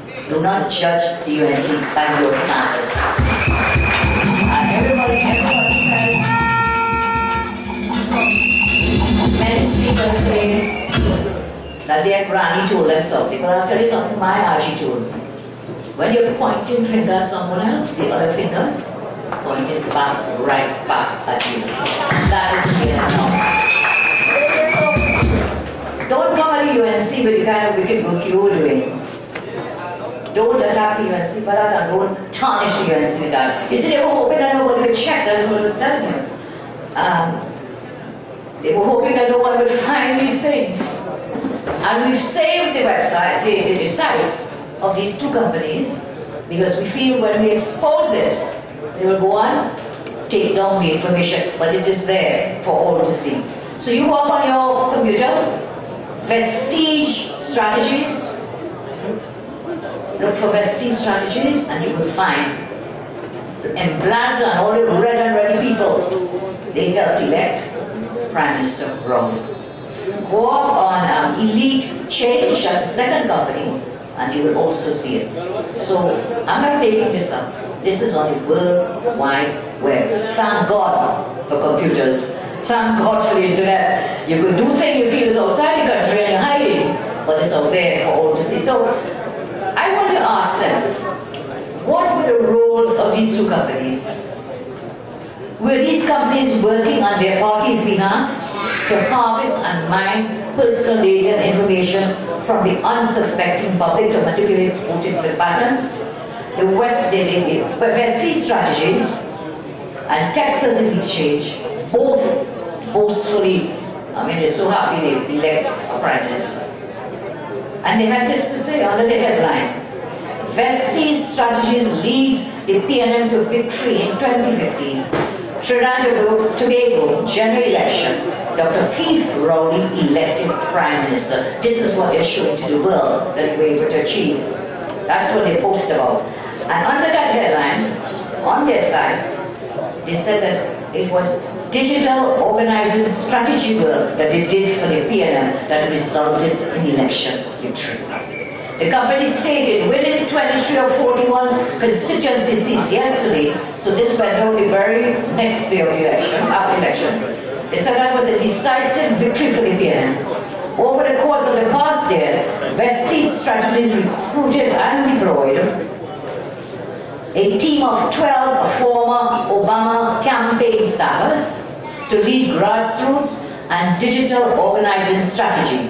They say further, we built an incredibly talented and diverse team of consultants who proved merging culture and data-driven organizing strategies can be the difference maker in close elections.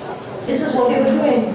The company further claimed that it was hired to build a data-centered grassroots and digital organizing program for the PNM during the last election, 2015.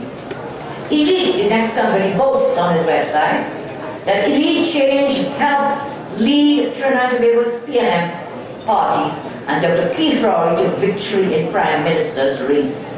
Okay? They state that the team implemented a robust analytics-driven canvassing program that spanned the entire country. Elite worked to create a long-standing data infrastructure with the use of technological advancements the country had not yet known. So what were these advancements? Where was the data mining and harvesting taking place? So now, these two companies were paid millions of dollars by the PNM to gather sensitive personal data on citizens in a secret project designed to manipulate and influence the electorate. Now, I agree a matter like this should be investigated to see whether there is any breach of law. But a GSC is not the place to investigate breaches of law. As I said before, it has to be EPP, TTPS, Integrity Commission, and I call on those authorities to investigate Vestige and Elite Change with respect to the work they did. But there is something even more mind-boggling in all of it, this whole scenario. You must pay close attention. I wonder if you remember that there is another Obama staffer who has been hired by this government when they came into office. The lobbyist, Washington lobbyist. There is a common thread between these two companies and the PNM campaign of 2015. So these companies came in before the election, but after the election, a lobbyist was hired for $16 million, one of you remember. And there is an article just recently, I think in the Guardian newspaper, where they were asking, well, what has this lobbyist done for this $2 million? And they can't find anything that he has done. In fact, we have the opposite of the work that that lobbying firm was hired for in terms of reference, to make us look better with Trump, make sure that we will grow our foreign policy with the US, all of that to be done. Instead, what have we seen? For a third time in a row, we've seen our foreign policy and foreign relations, foreign affairs in shambles. We saw it with the OAS matter, when the vote was taken against Dominica. Shame on Trinidad and Tobago that we did not support Dominica for their waiver. We saw it again, and on this third occasion, we are seeing and reading, and we have to question if this is so, that Trinidad and Tobago has sent back Venezuelans which some we might be happy for. But the point is, whether did they break any UN convention? That question has to be asked. So once again, we have the United Nations, another foreign affairs matter, up in arms against the actions of Trinidad and Tobago. So look, by their own admissions, these two companies have indicated that they never worked outside of the US in an election. So how they dropped from the US into Trinidad and Tobago in 2015? Don't you find it strange that these US-based companies suddenly found these on Twin Island, tiny little republic? They found these 2 dots on the map and come down here to meet a mile and harvest and do everything else. How? Well, not so fast, Keith. Not so fast, Keith and Faris. Because you see, when you look at the track record and the work these companies do, it involves monitoring social media through Facebook, Twitter, other social media platforms as part of its communications trust. It collects and analyzes personal data through what they call robust analytics. Does that sound familiar to you? Robust analytics.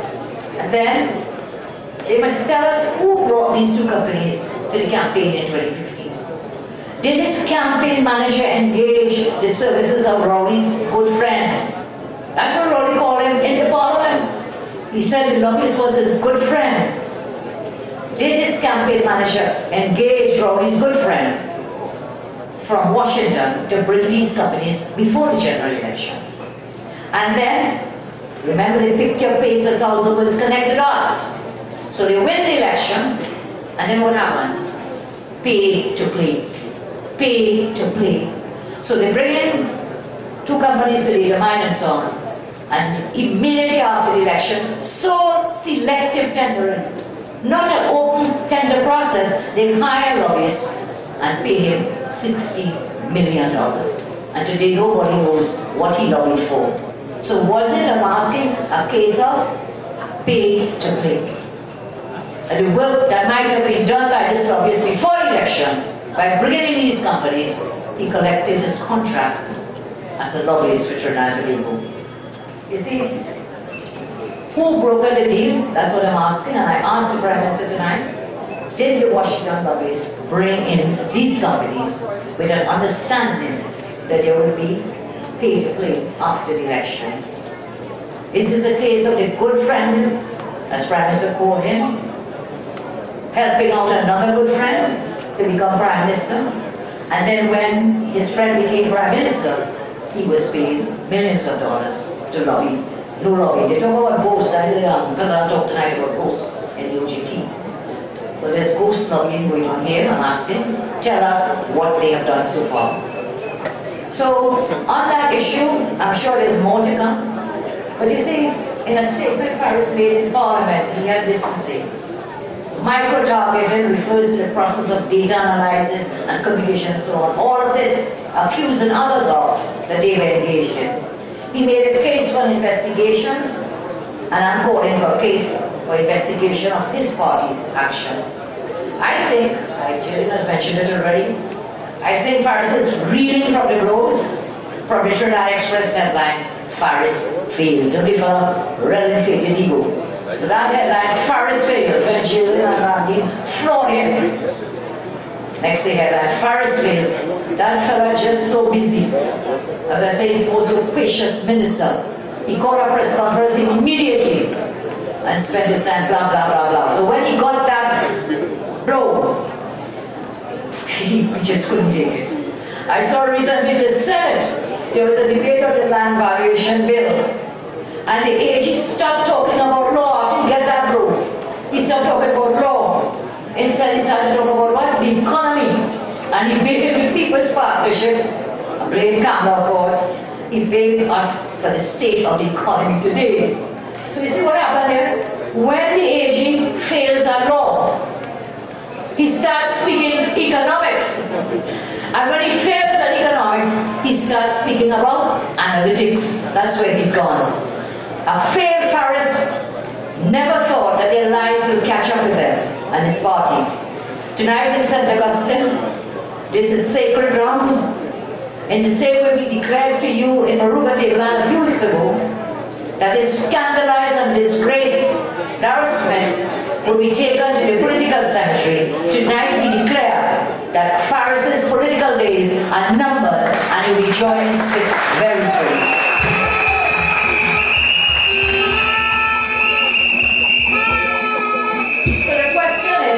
Running the country? Who's really running the country?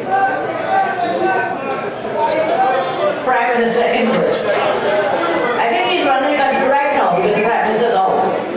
So the de facto Prime Minister, the real Prime Minister is Imber running the country. I think he has acted, but I keep telling you, greatest actor, he will get the Oscar for acting, has acted as Prime Minister, I don't know, almost about 20 times. How many times? Yes. So, Imber has failed. Imber has failed. State of the economy. He comes on and he talks about economic recovery. Last week sometime he talked about economic recovery. And when we do the budget review, he come and share numbers and talk about the growth rate and whatever. You know, even while he was talking, the IMF downgraded our economic growth performance even further down. From the previous figure of 1.9%, which was forecasted for 2018 or whatever, 0.2%. 0.2%. And this man boasting about economic recovery. But I guess it's only him, as the owner of a yacht, who removed the tax on yachts. For him, that is a recovery. That's a big recovery for him and the 1%. This downgrade was made in the IMF's World Economic Outlook, which came out last week. They predicted 0.2%. It's still positive, yes, because it could be worse, it could be minus. But when you're growing from nowhere, and you have a 0.2%, you have no growth. You have no sustainability. And we have spoken time and time again, they have no plan, they have no vision, they have nothing to do to grow the economy and to diversify this economy.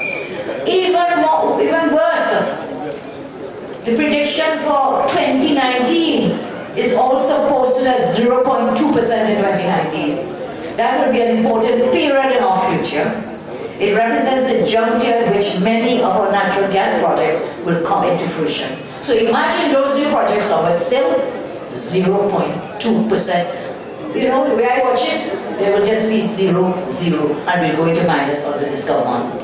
So why does Rowley let Imber continue to abuse his office, abuse citizens, which is mismanagement of the economy, when he's not qualified for the job? As I said, imagine a yacht owner who is the Minister of Finance removing taxes on yachts. I mean, who's so bold-faced and shameless? It is wicked.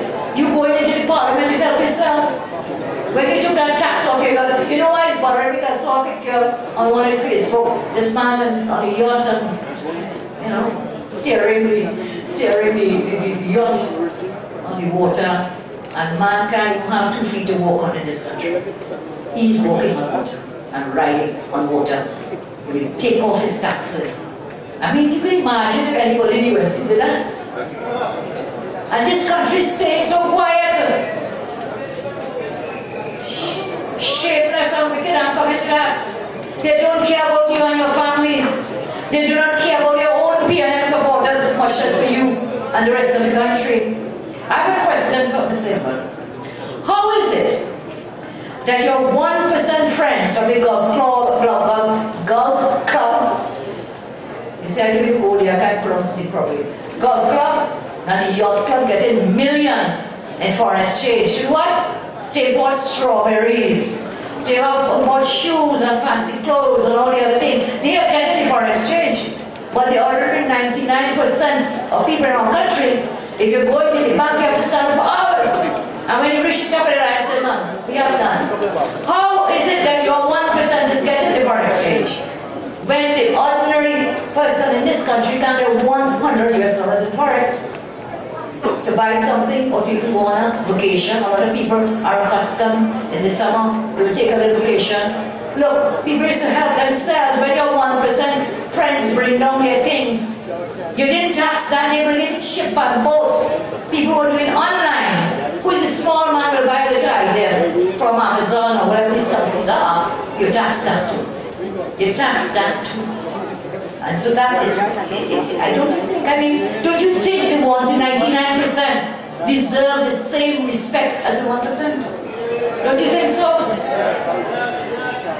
Why you, as an honorary citizen, have to spend all these hours in this time? Why you cannot get Forex when they get in? You know what they did? They fired Jawala Ramaran. You know why? To cover up who are the people getting the millions in Forex. Because when Jawala came out and he said, look, it was this company, that company, these are the big Forex spenders, you know what they did? They fired him. And of course they are not telling you now, we will never go under them. Because this is confidential information. We don't know, but we know. They can't fool us. They can't fool us. We're not stupid. We know it is your friends and family and the 1%. What 1%? So they had to fire Jawala to cover up what was really going on with that foreign exchange. So you want to hear what it goes now? Let's talk about Rohan Sinha. Let's talk about him a bit. I mentioned two members of the cabinet. I talked about Faris, I talked about Minister Ingrid and so on. But this is another minister. Moses is the third one. I said Moses, 3 in a row. 3 disasters in foreign policy. 3 in a row. Moses must go. Moses must go. Why are you shielding him? Why are you holding him and shielding him? When he's a disaster with respect to the foreign affairs of Trinidad and Tobago. I have a former ambassador here, Rodney Charles, who will make 1,000 times better Minister of Foreign Affairs. So, let's get to the fairy tales and Rohan Sinha. For more than a year, Rohan presided over the total collapse of the sea bridge. Not just the boat, also the air bridge. His leader continues to block for Rohan. And we don't know what hold Rohan may have on the leader, Rowley. Okay? A disaster, collapsed sea bridge, and Rohan still smiling. Any other person, any other leader would have fired Rohan long before now. Fired Rohan long before now. The sea bridge plagued with issues since they came into office and then continued with Rohan when he became minister. We have seen blunder after blunder. The citizens of this country, business people, tourists, suffering. But not there. They're not suffering. No big deal. They make a big production, as Jillian mentioned, of the return finally, after almost a year in dried up, of the TNT spirit. Never mind how much money has already been spent on that. It's their fault that the boat has been experiencing so many problems. Because you know what they did too? They didn't just shut down the other boat we had, the superfast, for this year. They also run out the maintenance company. So these boats now, the company that would have taken, they should run them out. I don't know if you have some friend or family to give that job to, but they run out the maintenance company. And now the poor boat, that poor boat, it's like they get a spirit lash. The boat continues to have problems. 4 days after they put it back in service, and Jillian told you to pray and whatever, and sprinkle water.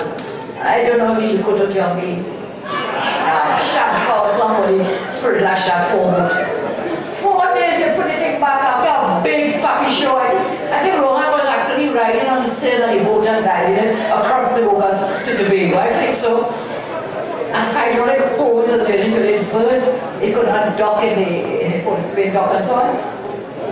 And then today I am told something else has happened. Something else happened with this poor boat again. Fuel light. The fuel line burst. Leak. You know what that means? That is a dangerous thing. And we will never forget fire hazard. We will never forget how those passengers had to jump from one boat.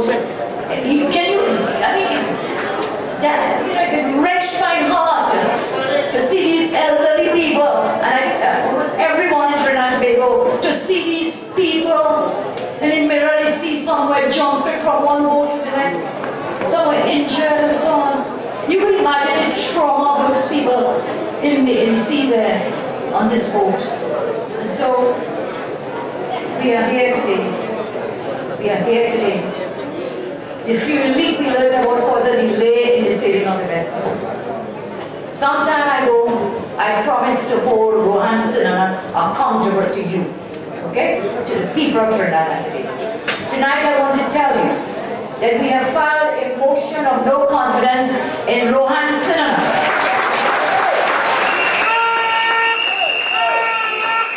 As Minister of Works. As Minister of Works.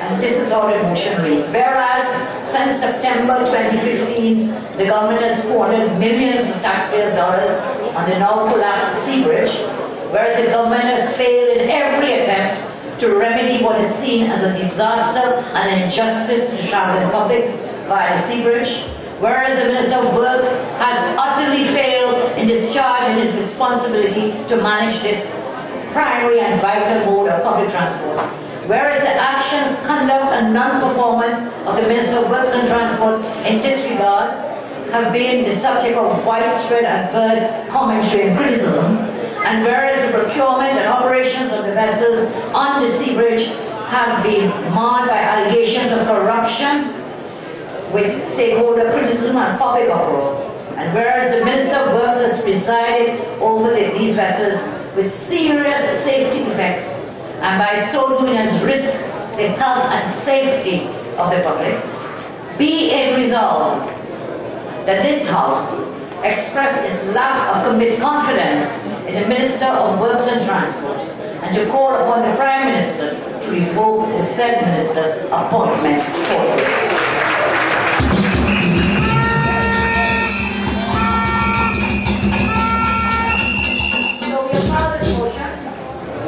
And it will be debated on Friday the 27th. That is Friday coming. Friday coming. Not the book. The motion is coming on Friday the 27th. That vote was supposed to come at the end of April. I just want to be. You see that vote? See it when it comes. Don't expect it at all. Don't predict. Because every prediction has proven to be a lie. Every statement is supposed to come at the end of last year, in fact. Then we are end of April. Now we're here in May. As I say, see it when you see it. Believe it only when you see it. So we will debate blunderbuss, Rohan Sinha, blunder after blunder. So I'm doubling blunderbuss Rohan. We will deal with you on Friday in the Parliament. And as we move along now, the question we must all ask ourselves is whether we could survive another 2 years of this rowdy PNM government. I know that some of the critical areas here in St. Augustine are education, training, and the need for jobs, as elsewhere. Jobs, jobs, jobs. The availability of jobs is an issue out the country. And they are like ostriches dipping their head down inside and hiding. And saying, no job losses, boy. I'm sure everybody here knows somebody has lost their job. People listening know that too. And so it is minimal job losses in Poland, minimal. Thousands of people have lost their jobs in the residence orders out there on this issue. And they're refusing to believe and telling lies with respect to jobs. They are desperately trying to cover up. They will have to believe that there is no economic crisis. Well, they cannot even agree if there is a crisis or not. They are so totally lost. It's either they're looking up or they're looking down. But as Fazal told you earlier tonight, there is light at the end of the tunnel. And you know what is the answer? It's Kamala Fort. I'm saying it deliberately. There is light at the end of the tunnel, and it will be Kamala's Fort.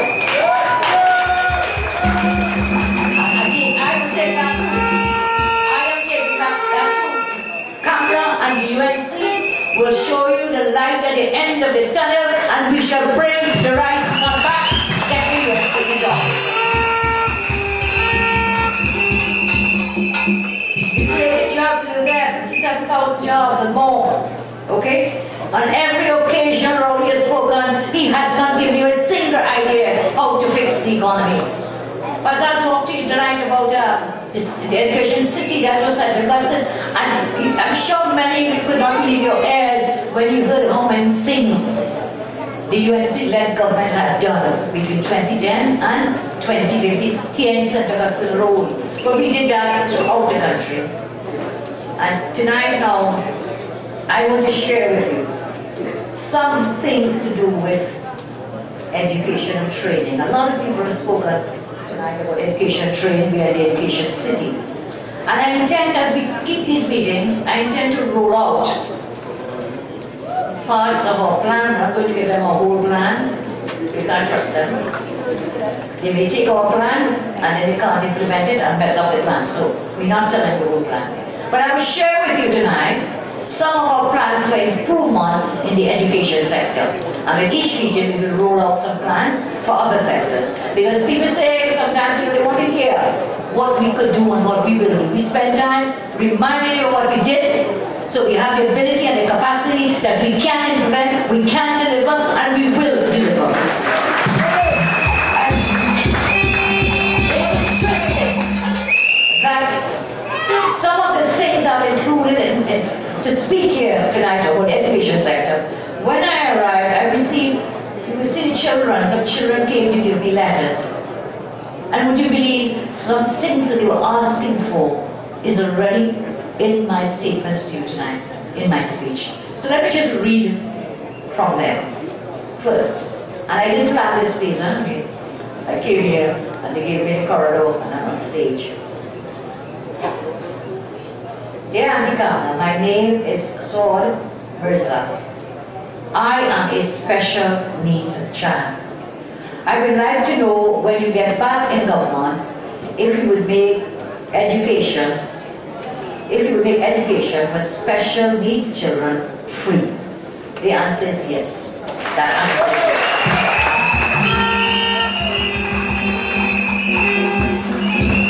The other one is from Amelia Marshall. Auntie Kamala, my name is Amelia Marshall. I wish you can be our Prime Minister again. I also wish that I can get free books and education. The answer is yes.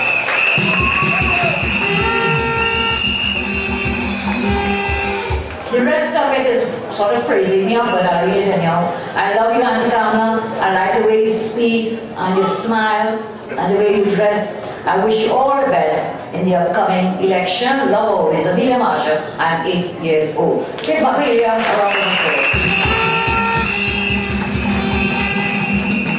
I have one here from a 6-year-old child. My name is Risha Khan. I like you and I want you to be the next Prime Minister, etc. I like the way you look or something. You smile. Good. Good. I like to smile. I'm a happy person. God is great. And then Jared Khan, I love you.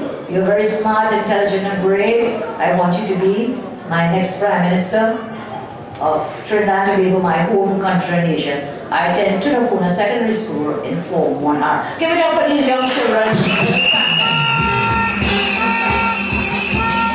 So let me share with you some of our plans for the education sector.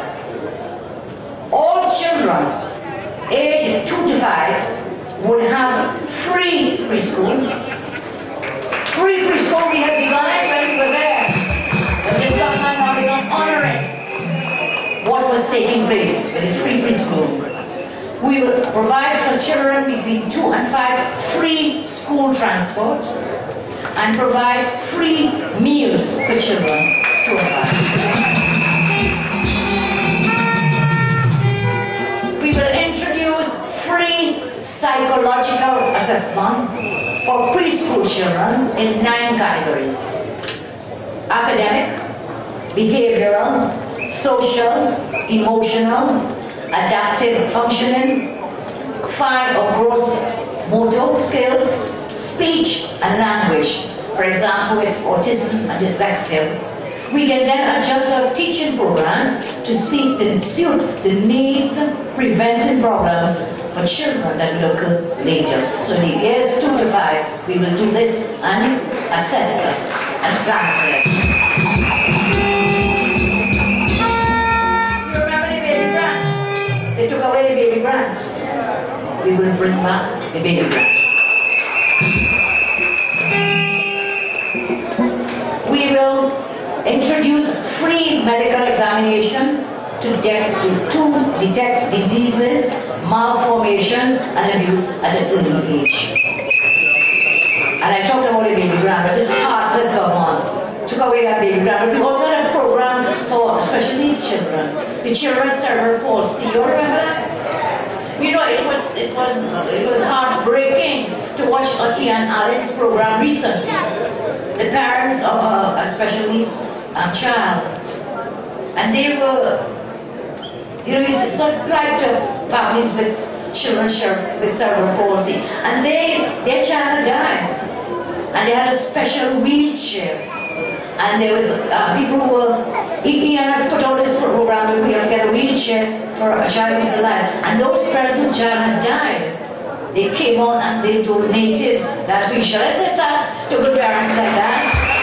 It was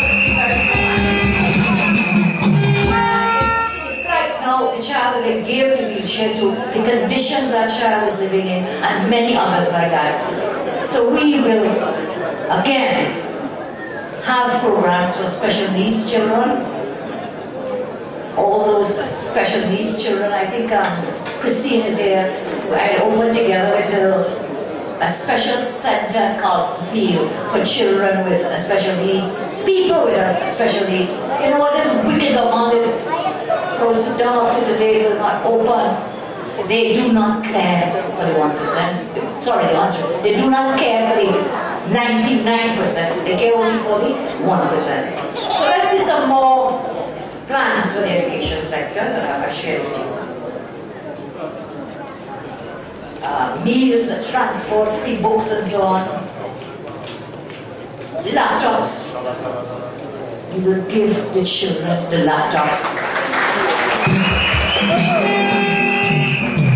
You know, I saw students from Bishop Warner's North Secondary School.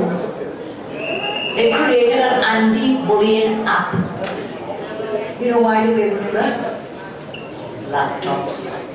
Laptops.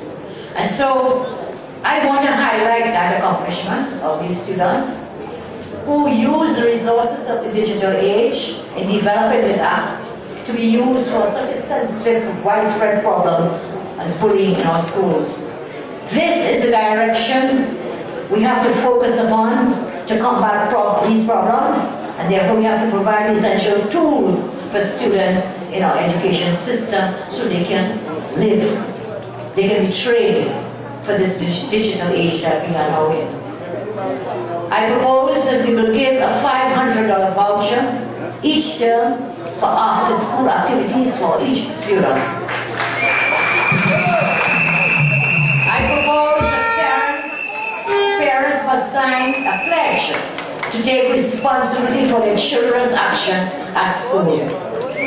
I propose that there be a curfew for school-aged children during school hours. I don't want to see no school children on the street.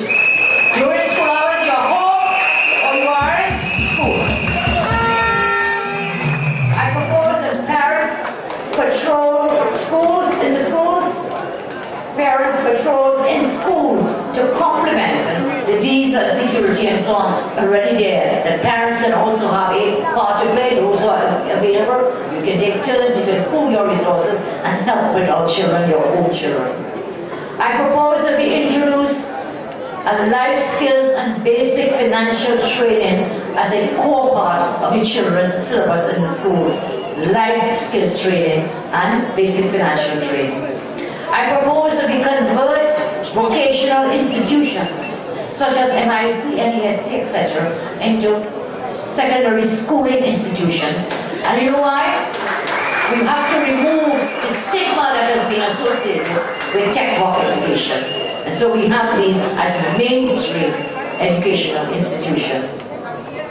I propose that we should have scholarships for arts, for sports, and also for the vocational areas. I propose that there be ongoing, yearly psychological testing for students. I propose that there be zero tolerance on abuse against teachers. I propose that there be a reduction in homework. Now nobody clapping for that. I'll tell you happier, healthier, and brighter children. And children have to sit down every week till 5 hours of work. Next, be tired to go to school next morning. I propose that when there are these activities, after school activities, there should be school meals, some meal available. Not everybody can afford it.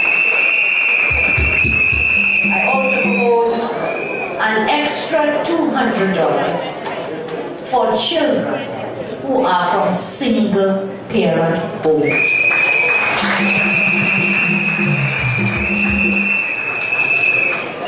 So my friends, I'm coming to the end of my speech to you tonight. I just have one thing more to tell you.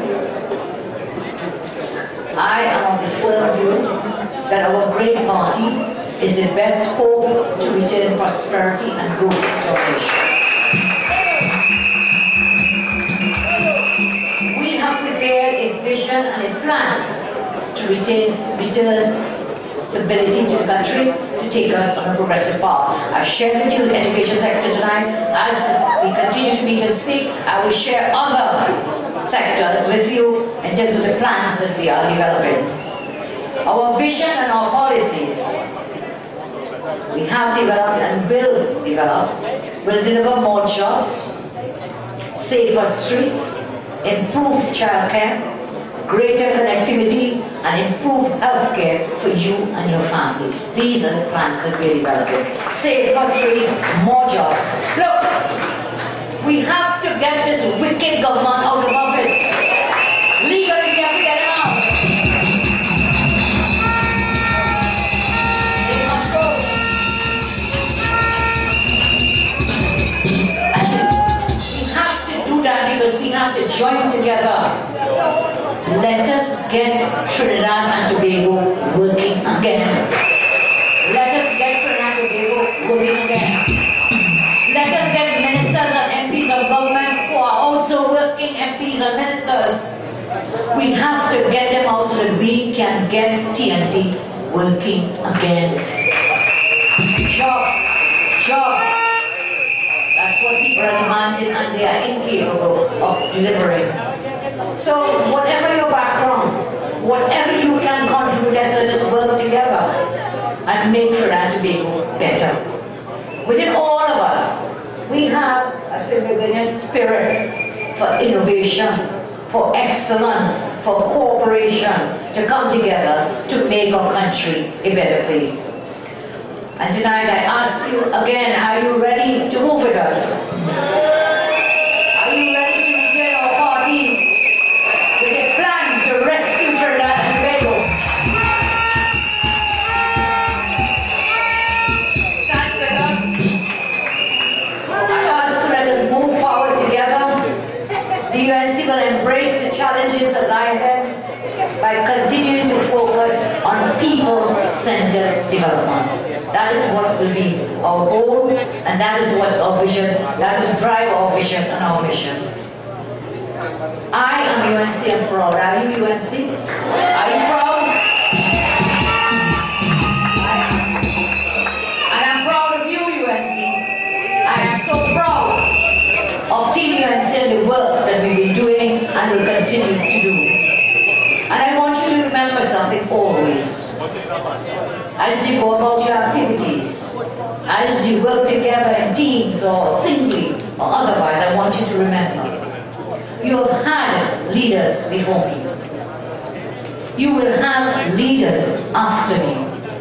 But you will never have a leader who loves you as much as I do.